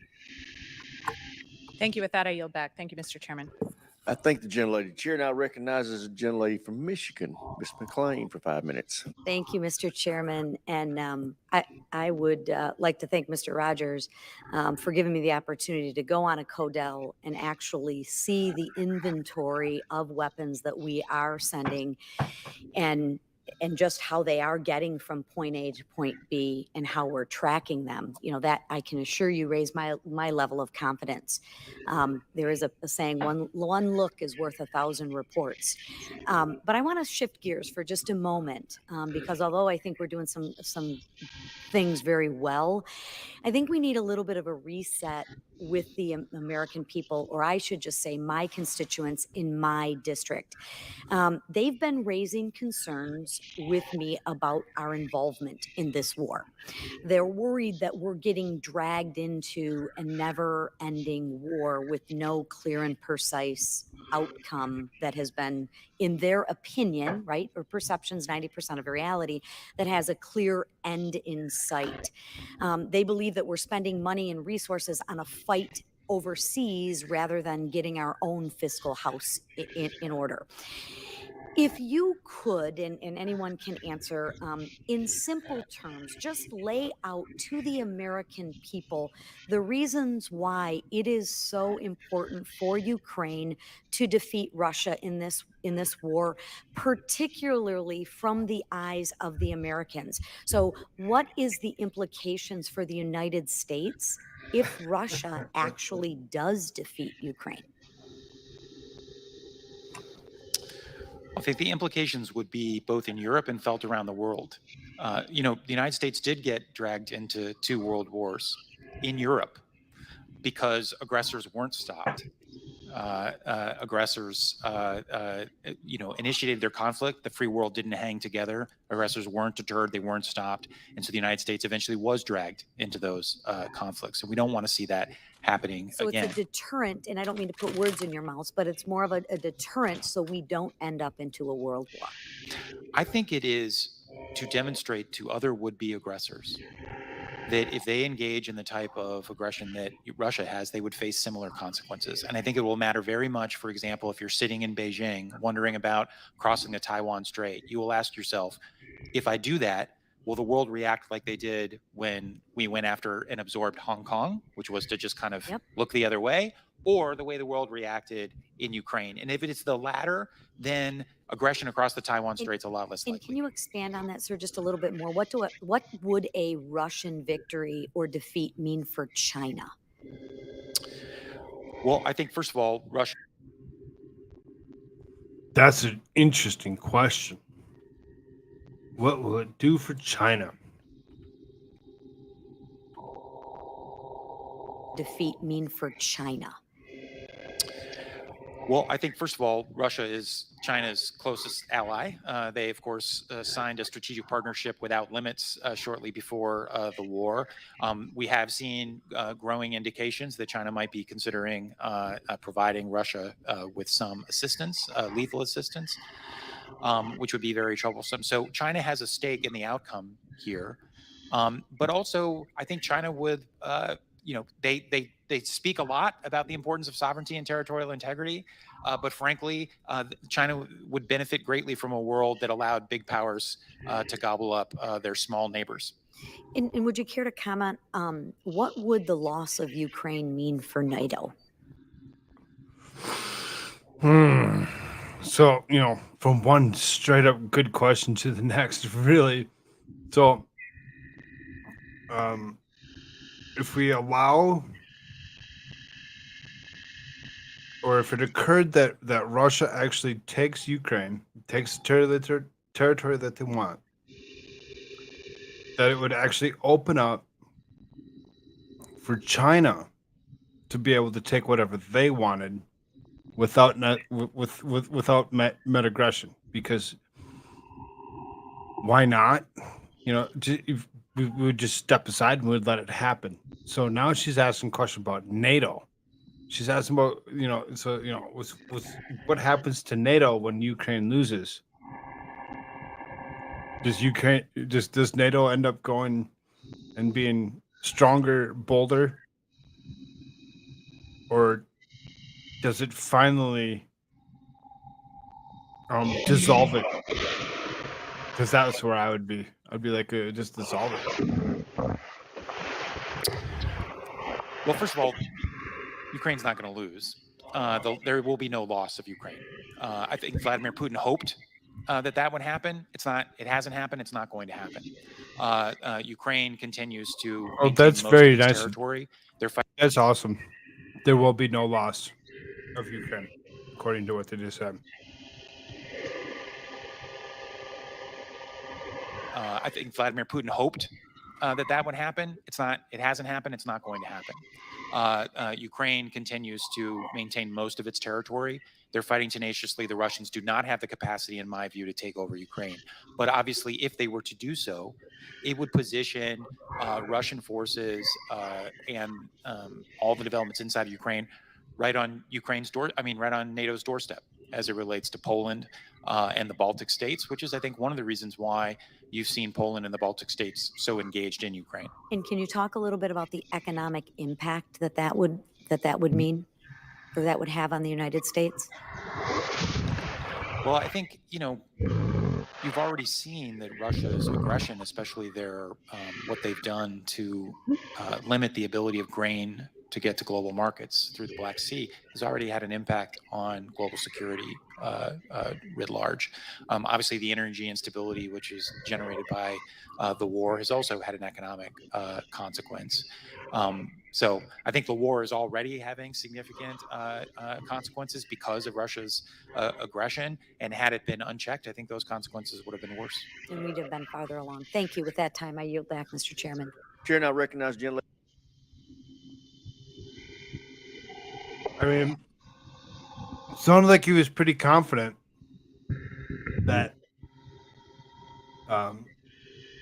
Ukraine would not lose. They'd totally win no matter what. Talk about NATO violations, Dr. Cole. Yeah, right.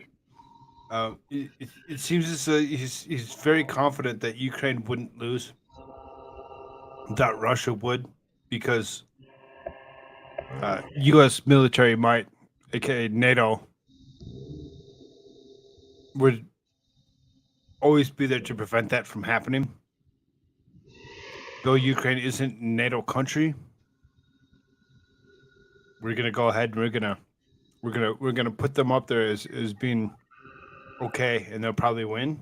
That's really sad and scary. Late from Texas, Ms. Escobar for 5 minutes. Thank you, Mr. Chairman. I'd like to express my gratitude, Mr. Chairman, to you and the ranking member for these ongoing conversations and this opportunity for us to provide oversight and for the American people to feel comfort, I hope and I believe, with the information that's being delivered. I'd like to thank our witnesses as well. You think we're comfortable? You think this makes us comfortable knowing that you're going to continue to fund something with our taxpaying money, regardless to what you think that it's okay that we continue to do this, to take over a territory and make them a NATO member violently? Ukraine is running out of able bodies, so now the U.S. will send our soldiers over to, and that's what I'm exactly what I'm thinking is just like they've already told us that the life expectancy of a Ukrainian soldier is about 4 hours. And they're putting all men on on the front lines. So if if the potential of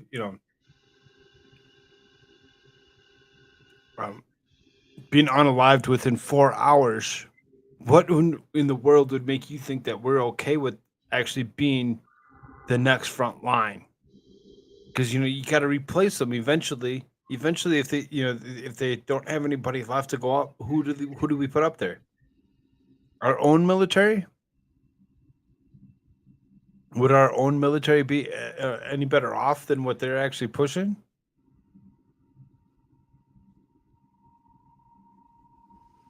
I don't know. I'd be remiss if I didn't remark on the incredible change that I've seen happen over the last 3 years since I attended the Munich Security Conference in 2019 versus the Munich Security Conference last week or 2 weeks ago, whenever it was. When I was there in 2019, there was a significant question about the West and whether the West would continue to support NATO, and just the fears about how untethered things seemed. But last week or the week before, whenever it was, sorry, time escapes me. But this year's Munich Security Conference, the incredible unity and the strength demonstrated by our allies and our friends, especially with regard to Ukraine and our defense of democracy. And I'm very proud of the role that the United States has played in rebuilding NATO and ensuring that the West has come together in a way to defend our friends and allies and help stop the Russian aggression.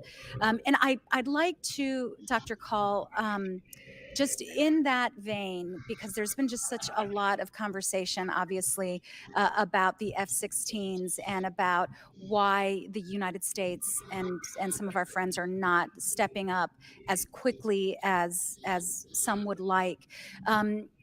My colleague, Representative Houlihan, she was about to ask a question, and I'd like to follow that up because I'm curious as well. But when her question, she started as her time ran out, when should the clock start on those F-16s? You know, Never. Absolutely never. There's no reason that we need to give them any more military might. We've given them plenty. Like Suzanne said, both countries are naked right now. They're just sitting ducks. They're gonna. Once Ukraine can't defend itself, they're gonna go in there. They're gonna say, "Okay, we'll defend it. We'll defend it. We'll be sure that it's okay. We'll be sure that it didn't go away." How many years are we gonna fight this war? We watch, things like Afghanistan lasted some 20 some years. Is that what's happening now? We're going to go for another 20 some years instead of actually fighting somebody else's proxy war. We're actually going to full-fledged go in and we're going to actually fight Russians in Ukraine? Are we going to try pushing up into Russia and try taking more territory from them? What the hell's the point of all this? Oh, never mind. To fund your own pocket. I got you. Keep going, Miss Escobar. We'll be Vietnam, Afghanistan again. Yeah, exactly. That's right. Another Afghanistan. We're going to be there for another 20 years until some moron goes and takes over the country and says, okay, we need to get out of here. And violently rips us out and just leaves armament there like it's nothing. Ridiculous. You laid out for us very clearly and very effectively, the considerations involved and also the financial implications as well. And that's on Congress, right, to make sure that we provide the continued support and to put our money where our mouth is. But when should that clock start ticking for the F-16s? And is that something you can discuss in this setting? Look, I think it is, a more modernized Ukrainian Air Force will be important in the medium and long term for Ukraine to continue to defend the territory that it claws back and to deter Russia in the future. So I think there is a medium to long term requirement. The challenge, of course, is even if it was a short term requirement, we couldn't get it to them immediately anyway. And we don't assess that it is the highest short-term priority. And by the way, neither do the Ukrainians. The Ukrainians' priorities are air defense systems, so they're integrated air and missile defense systems, artillery and fires, armor and mechanized. And because every dollar you spend on one is a dollar you can't spend on another, there are real trade-offs. Obviously, Ukraine is going to continue having conversations with us. As I said, President Zelensky discussed this with President Biden in Kyiv last week. Zelensky has had similar conversations with our UK and French allies. The UK has announced an interest in starting to do some training, so we'll see where that leads. There are other countries in NATO, the Netherlands, Denmark, Norway, I think, that have talked about potentially F-16s that they may be offloading as they upgrade to F-35s. So I do think this conversation will continue. I just, as I sit in the Pentagon, I have to say, what does Ukraine need right now to stay in the fight and turn the tide against the Russians in the first half of this year, which I think is going to be decisive for the conflict? It's just hard for me to tell any member of Congress or the American people that the best use of that dollar spent right now is on F-16s. Okay, great. So, send some or don't. I mean, I really said that we need to stay out of it and stop sending shit. It's not our war to fight. It's theirs. Quit funding something that's draining our own funds. That's not going to end up giving us anything good. We're not gaining anything out of this. Not a damn thing. Suzanne, you can put as much as you'd like in chat. I'm good with that. Should have left him be. Putin would have taken back what he was originally Russia, and life would be gone on peacefully after that. But no, we had to stick our noses in it. Exactly. That's what it's all been. We've just like Afghanistan, just like Vietnam, like it's been stated, just like Iraq. There's been so many countries, so many different wars that we've interjected ourselves in that we have nothing to do with. But because it's a war, we're like, oh, they're fighting each other, we should step in. Quit fighting their wars. Let them do what they need to do. Now, do I feel that Russia should totally take over Ukraine? Maybe not. But at one point in time, it was Russia. What the fuck? They want it back. They're going to go in. They're going to take what they want.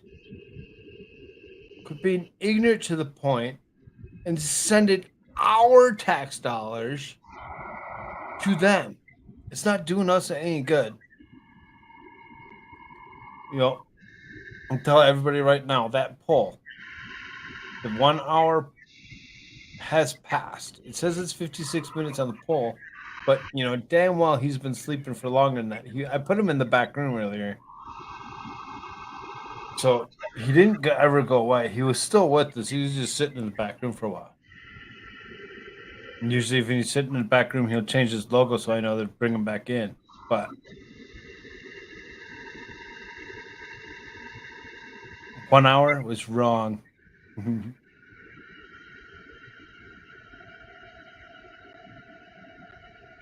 Thank you so much, Dr. Call. And I only have a few seconds left, but I am wondering, in terms of the replenishment of U.S. stocks, is the department looking to utilize critical technologies such as additive manufacturing to fill some of those gaps?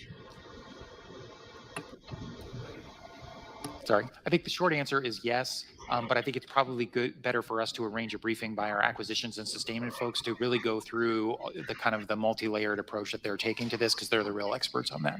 Great. Thank you, Mr. Chairman. I yield back. Chair, and I recognize the gentleman from Texas, Mr. Fallon, for 5 minutes.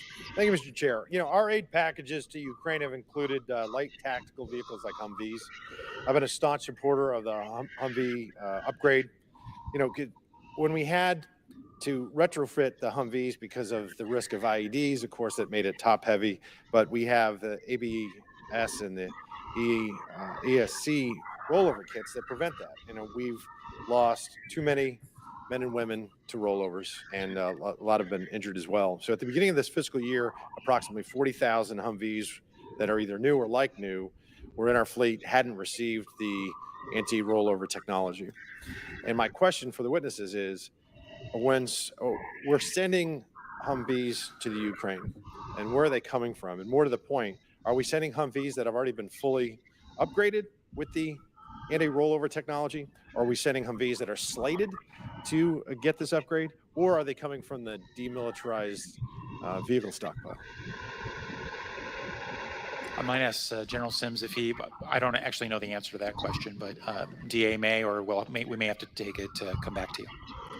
Sure, I will have to come back to you. We'll bring that answer back to you. I'm not quite sure. Okay, because we have Red River Army Depot that does a lot of this work, and they're starving at the vine, and we've got 40,000, units that need this upgrade, and I'd really like to get that in because it saves about $12 billion rather than buying brand new ones to retrofit the ones we already have. So we want to always be good stewards of taxpayer dollars. So for the witnesses as well, one of the initiatives we've been working on in our office with our colleague, our friend from California, Mr. Panetta, is our Ukraine Human Rights Policy Act. And this legislation would take concrete steps to hold Russia accountable for their atrocities that they're committing in Ukraine. So what evidence of war crimes have you seen in Ukraine, including any committed by the Wagner Group? And as the war rages into its second year, what can be done to hold Russia accountable for their actions? And then what can be done during reconstruction?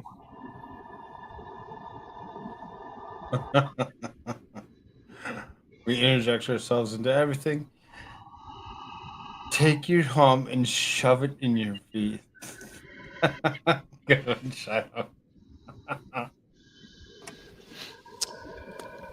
I think our colleagues at the State Department would probably be better at cataloging all of the horrors, but we've all seen it.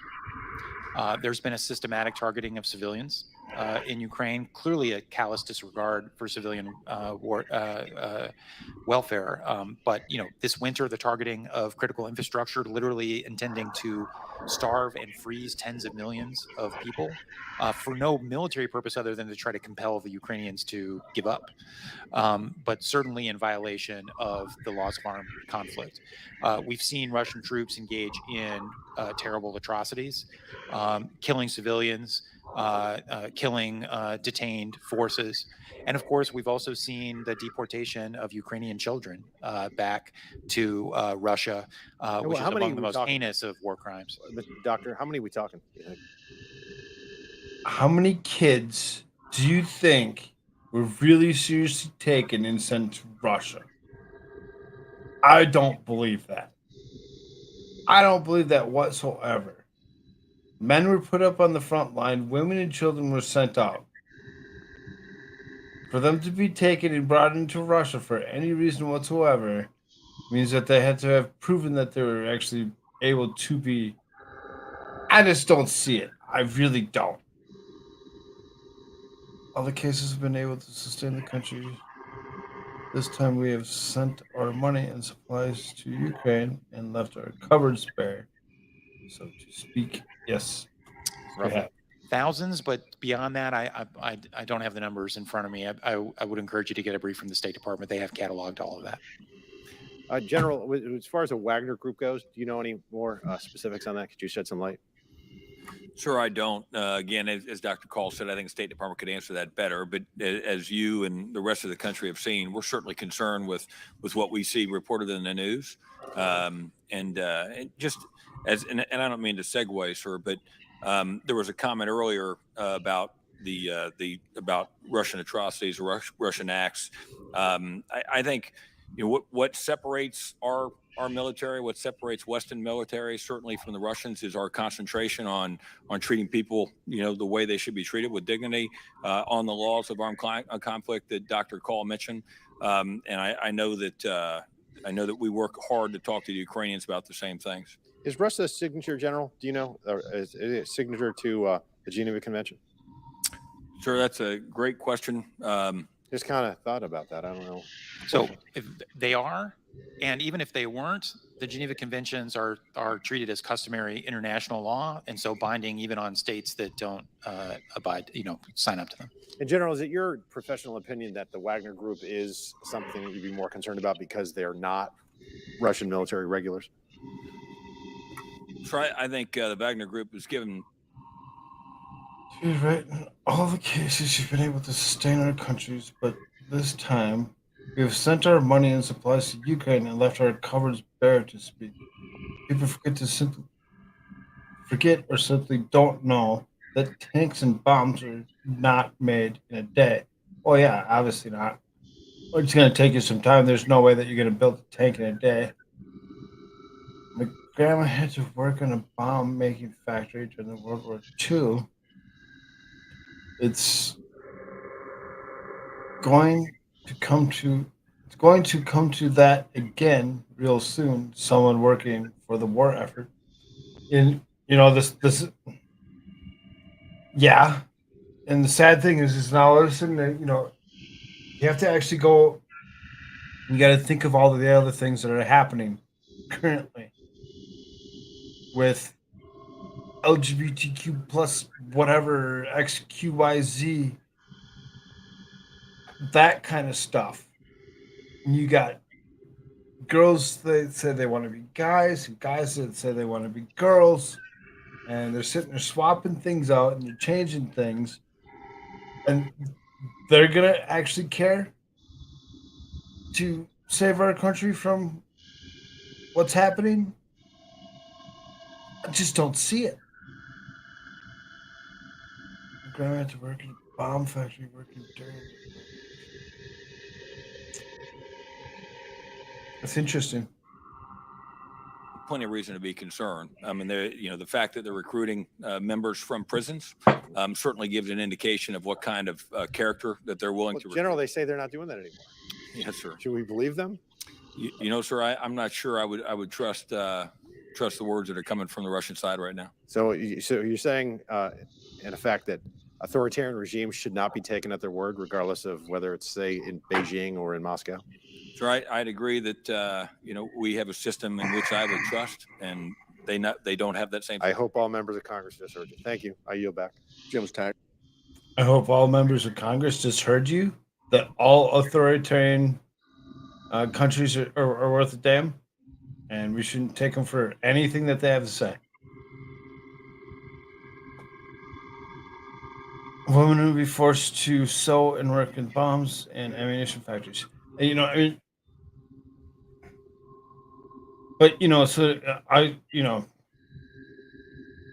like I said, you see this LGBTQ stuff, so you're gonna get some dude that's be like, I identify as a woman, and you're not gonna actually put that person even near the front line. Is that person gonna be stuck at home doing the sewing and the cooking and all the other stuff or whatever? Be put in the factories building bombs. It's really, really freaking stupid. When will be forced to the Alphabet Mafia are exempt from the draft, but they will put to work. LOL. No, so no free ride. I mean, we'll see. We'll see what happens. Before we go to the next question, I want to remind everybody that we have a hard stop at 12:30 to go to the classified portion of this hearing. Gentleman from Maine, Mr. Golden's recognized 5 minutes. Thank you, Mr. Chair. I want to start by looking back to May of last year and point out that a bipartisan group of members of Congress, including members of this committee, have sent the administration letters, and that's gone on since April of last year, all the way right up to right now, calling for the supply of advanced military capabilities to Ukraine quite consistently. So 10 months ago, a number of us called for anti-ship missiles, HIMARS, Abrams tanks, as well as training on and transfer of F-16s. About 5 months ago, once again, bipartisan group of members of this committee called for a long-term defense commitment to Ukraine to include surface-to-air missiles, MLRS, anti-ship missiles, howitzers, and again, training on and transfer of advanced aircraft such as the F-16. Now, in my opinion, these letters represent differing opinions, policy opinions, about the speed at which the United States should seek to deliver advanced fighting capabilities to the battlefield in Ukraine. Now, I really appreciate the conversation that's been going on. Just thinking about things such as F-16 or ATACMS or previously Abrams or HIMARS, I think what we have seen is that there are sometimes policy questions and debates and differing opinions. Then there are logistical challenges, maintenance, and the training and capabilities of the Ukrainian fighters themselves, different than policy opinions of a differing nature. And of course, I respect the opinion brought forward by Dr. Carl about authorizations, appropriations, and how do we get the greatest ROI on the money that you have in hand right now to meet the top priorities of the Ukrainian military. But certainly, given enough money, they would prefer to have their top 5 or top 6 or top 10 needs or capabilities met. And the conversation about authorizations and appropriations is really, I think, a question for Congress. As opposed to questions of policy or logistical concerns and challenges. Now, of course, over the weekend, the president's national security team said now's not the right phase of the war for providing Ukraine advanced aircraft. That sounds like a policy decision.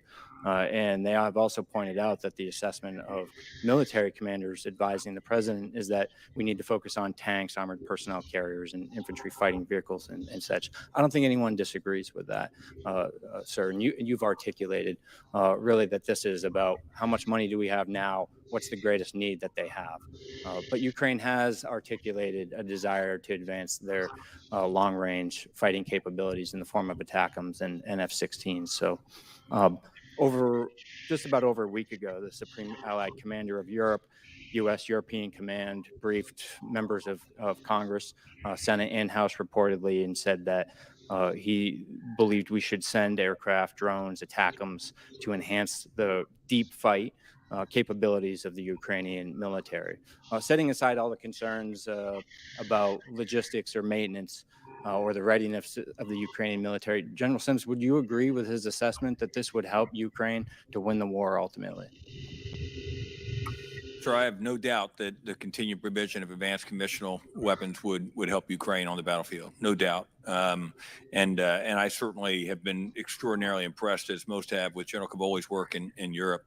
On this side of the Atlantic, the conversation continues to be around certainly about policy decisions, but in our conversations with the Ukrainians, as recent as yesterday with General Zaluzhny and the chairman, we do hold fast to the view that what they need right now are the things in front of them. That F-16s, as an example, would not help them today, but things like air defense, artillery, fighting vehicles, tanks is what we need to ensure we're providing. So you don't agree with the EUCOM commander that possession of F-16s and ATACMS and other long-range capabilities would help them to win the war?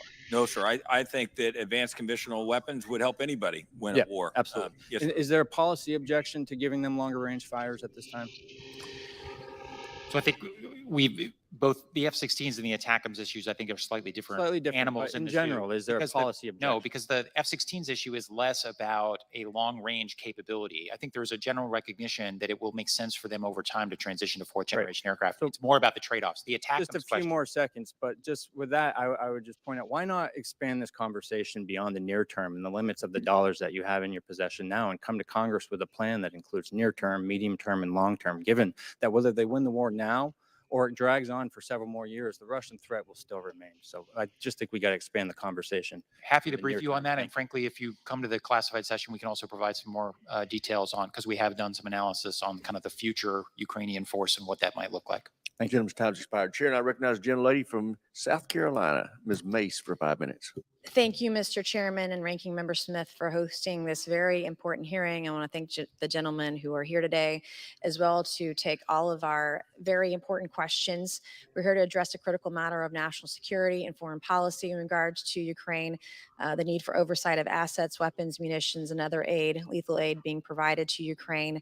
The invasion of Ukraine by Russia has highlighted the critical need for rapid aid and support that we're providing to that region. The conflict has resulted in heavy losses for both sides, but we've seen the Ukrainian forces, they've demonstrated their resilience and ability to conduct offensive operations, I believe, over the last year, to everyone's surprise. There's no price for resiliency and their belief in their freedom and their fight for freedom. They've been on the world stage, I think, have encouraged and inspired many folks around the world. However, their capacity to defend their sovereignty and security is dependent on receiving timely and effective assistance. In particular, we've seen a troubling pattern of delays and bureaucratic hurdles, policy decisions that have slowed the delivery of aid to Ukraine. I've witnessed it firsthand. I've witnessed the State Department. Hello, Rabbit. Slow rolling in some cases, particularly at the beginning of the invasion of Russia into Ukraine. And it's my belief in the meetings I've had, both publicly and privately, and in the SCIF, that Ukraine just doesn't have a lot of time. And we want to make sure that our investment in their fight, that they're going to win. It's more important than ever, seeing what Russia's trying to do. They want to now take away Poland's borders and other countries. Ukraine can't lose this fight, in my estimation. The situation in Ukraine demands urgent action, a commitment to ensuring the lethal aid and support be provided expeditiously. Congress and DoD need to take the steps to remove any hurdles or address them to ensure the necessary resources are available to fight for Ukraine to fight for its sovereignty and security. Failure to do so would not only endanger Ukraine, but also undermine global stability, global security. And it's my estimation, Ukraine is just, I believe, under the gun, and just does not have very much time left in this endeavor. My first question is for Undersecretary Call. I'm concerned about the time it took for the U.S. to fully leverage some of our existing processes, like convening the Senior Integration Group for Ukraine, SIG Ukraine, to disperse military aid to Ukraine. And thinking ahead, China and Taiwan, we all know that China is watching. Are there any specific improvements you would make to the department's decision-making process to ensure the U.S. is proactively readying this important partner rather than simply reacting with support? Some of the lessons learned. How long did it take to stand up SIG Ukraine? Some of what you learned over the last year in this process. Thank you for that. And I'll just say we share your sense of urgency. And there's always going to be red tape, but we have blasted through a lot of it. And if you had, I think, told us a year ago that we could have executed on $31.7 billion in security assistance to anybody, I would have said that was bureaucratically impossible. And it's precisely because we tried to blast through as much red tape as possible. Most of that assistance has come through PDA, Presidential Drawdown Authority, and typically because we pre-position things and get our ducks in a row, a lot of that equipment starts flowing in within days of the president signing the PDA. And Lieutenant General Sims can talk to you more about that. In terms of our internal processes, we have two. We have something called the Cross Department Working Group, which is essentially the group that my office runs, but it's got stakeholders from all the services, the Joint Staff, the combatant commands, et cetera, to rack and stack Ukrainian priorities and figure out the priorities for various PDA and USAI packages. So that's really about kind of teeing up for the Secretary, ultimately these recommendations that then go over to the White House. We then have the SIG process, which you— How long did it take to stand up the SIG? You know, I'd have to get back to you on the exact date. I think the SIG was stood up within a couple of months of the— Is that fast enough, in your opinion? Well, I think that we've stood up a lot of processes that are new. Do you think that Taiwan has a couple of months? We've already have a SIG for Taiwan. So to your point, Stood up and ready to go. So it's all— It meets there. it's monthly, chaired by the Deputy Secretary of Defense. Excellent. And then on the working group, their cross-department working group, is that working better now than it has been before because of the urgency of Ukraine? Have you all learned over the last year how to improve some of the red tape, I guess? What red tape was removed to make it work better, faster, more in this case? Well, just traditionally, we've not Presidential Drawdown Authority has been used to provide things in the amounts of, hundreds of billions of dollars at the upper end, not tens of billions of dollars. So there was a lot of learning curve. Essentially, what we figured out was to make sure all the stakeholders were involved. You had an iterated process that culminates in a 4-star meeting that I chair about every 10 days. And then that pushes recommendations up to the chairman and the secretary, who then push those recommendations over to the White Gentleman's House. time's expired. Chair, and I recognize the gentleman from North Thank you, Carolina, Mr. Chair. Mr. Jackson, for 5 minutes. General Sims, good afternoon. I was wondering if you could help me paint a picture for my folks back home of what life would look like for Ukrainians were we to step aside, were we to withdraw our support, were the coalition that we lead to crumble upon our withdrawal of our support, and then were the Russians to gain a decisive advantage on the battlefield. What that would mean, and I ask you because based on your remarks, you said that the fighting has replicated the conditions that we saw during the First World War. There was a recent conversation about plentiful examples of war crimes that have been committed. And I think it's important for me in explaining my support to folks back home to give them a sense of what it would look like if our effort no longer existed. Could you help me do that, please? So, sir, I'll leave the geopolitical conversation to what Dr. Call was mentioning earlier. And I would tell you a couple things. First would be, as an American, this is what we do. I mean, this is what we do. This is what we've fundamentally done for decades. When people are wronged, we stand up for them. And in this case, the invasion of Russia, everyone has said it was illegal. Everybody says it was wrong. And that's what we do. And in this case, we came together with the allies in Europe in a way that we haven't done, really haven't done in the past 50, 60 years. I mean, so a year ago today, so we talk about a year ago on the 24th was the invasion. A year ago today, I deployed with my division headquarters as a division commander, 1st ID, to Central Europe. And I spent a lot of time in Europe, battalion commander, brigade commander. And so I've worked a number of times with our allies. I had never worked with our allies where the desire, the intent to work together was as firm as it was in the time I was deployed. That has not changed. I've been back multiple times. We were talking earlier about the contributions of our partners. There is more than dollars, I would argue, that is part of this. We have partners that have skin in the game, and so they may not be dedicated dedicating the same percentage of GDP, but in some cases are dedicating individuals who are making critical, really important contributions to what we're doing in terms of security assistance, intelligence, working in terms of advising and training with our partners. That's what we do. We're Americans. And when somebody says this is how the world should be and it's not, we say no. Dr. Cause talked about the rules-based order. Why is this important? Because after the Second World War, we came together with the majority of the world and said, this last 5-10 years is not.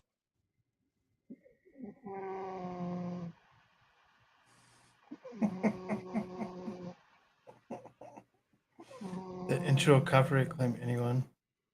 Just make it. It's nasty.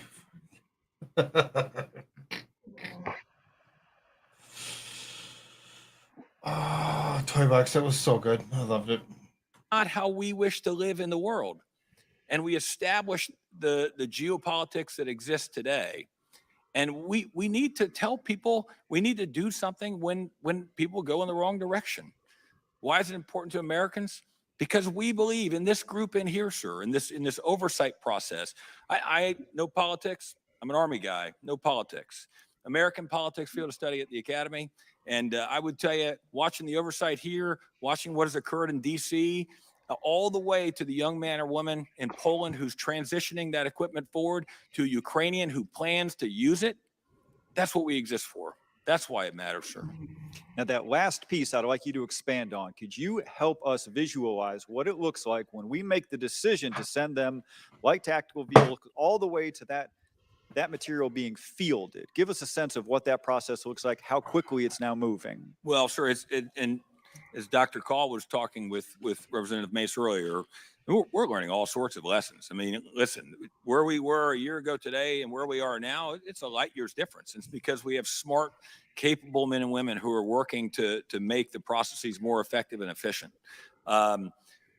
What we have done in terms of moving, it's literally, I'll say literally moving mountains. If you were to stack up all of the things that we have provided, we have literally moved mountains from not just the United States, but from places that we're working with partners around the world. And we have moved that incrementally across oceans, in the air, with hundreds and hundreds of aircraft and ships, move that to Europe. And then it's moved further by our partners and by men and women that we all are so proud to have there, all the way to a point where a Ukrainian man or woman takes it and brings it forward to use it. And I know a number of you have seen that, sir, but it's pretty impressive. My time is over. It has been an extraordinary logistical accomplishment on top of other accomplishments. Sure. Chair, and I recognize as our final questioner before we go into classified brief, and that's the gentleman from Wisconsin, Mr. Gallagher. Thank you, Mr. Chairman. Lieutenant General Sims, to what degree do the operational plans within DoD rely upon the assumption that we would be only forced to defeat an adversary in one theater and deter an adversary in another theater? Well, sir, not to jump into the policy side, but I mean, that's what we're saying we're doing. Yes, sir. So given the growing no-limit security partnership between Beijing and Moscow in the years since Russia's invasion of Ukraine, can we reasonably argue that planning for a confrontation with only one adversary is becoming an increasingly dangerous presumption? Sir, I'd argue that the fact that the Chinese and the Russians are having conversations about ways that they can improve their connections is dangerous to all of us as Americans. But I think that the current work that we're doing takes into account where we are around the world. If Xi Jinping makes the foolish decision of arming Russia with weapons, what is on the table in terms of our response? So that one I'll definitely leave to Dr. Call. Okay, Dr. Call, you can make news here.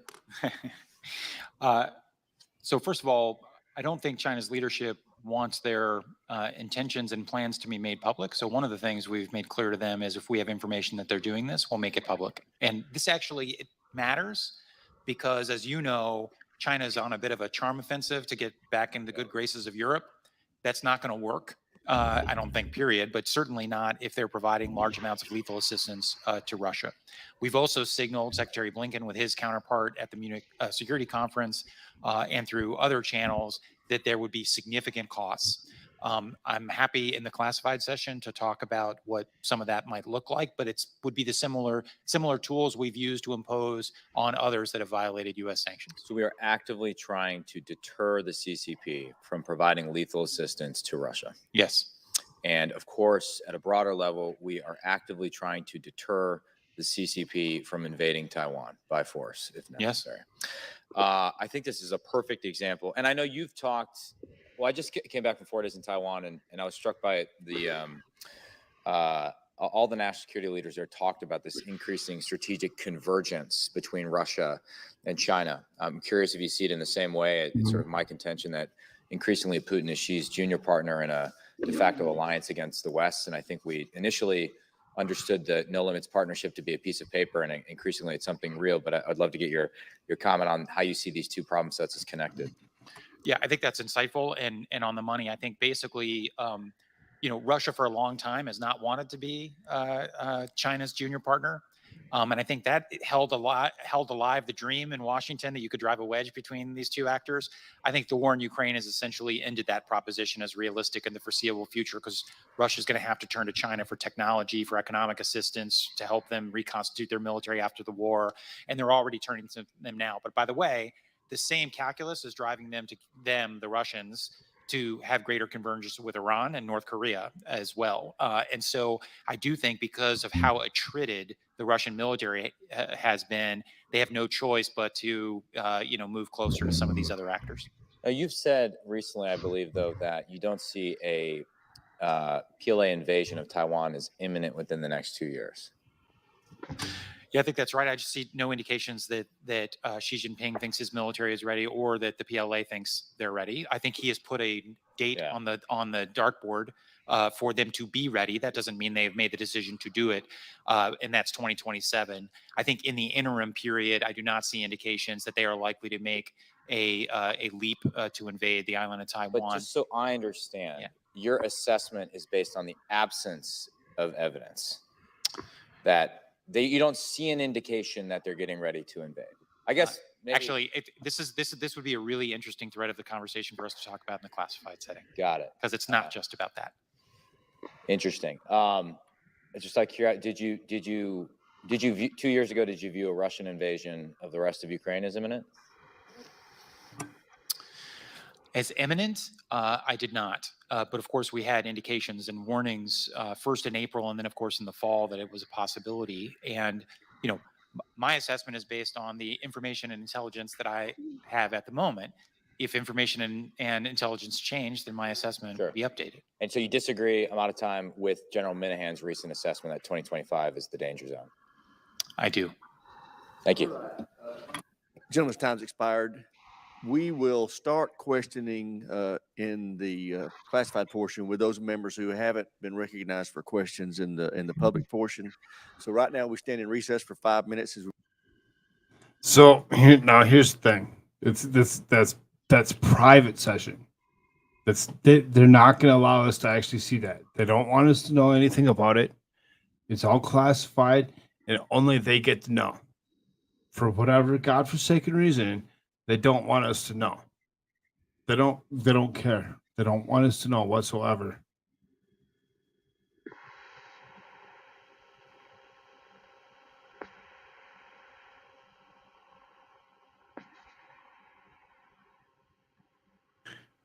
Everybody that answered an hour was wrong. Everybody that answered end of the show may also be wrong. We're gonna actually go take off now. I'll be back in a few hours for the early wake up show. Suzanne, yes, exactly. Literally playing a game of Risk. That's exactly what they're doing, and all of us that are pawns in their game, they don't care about. Not a single one of us. They don't care about any of that. Divinity, what's up, dude? Good night, Froggy. I'm not going to sleep. I'll be up. I'll be ready to go here in a few hours.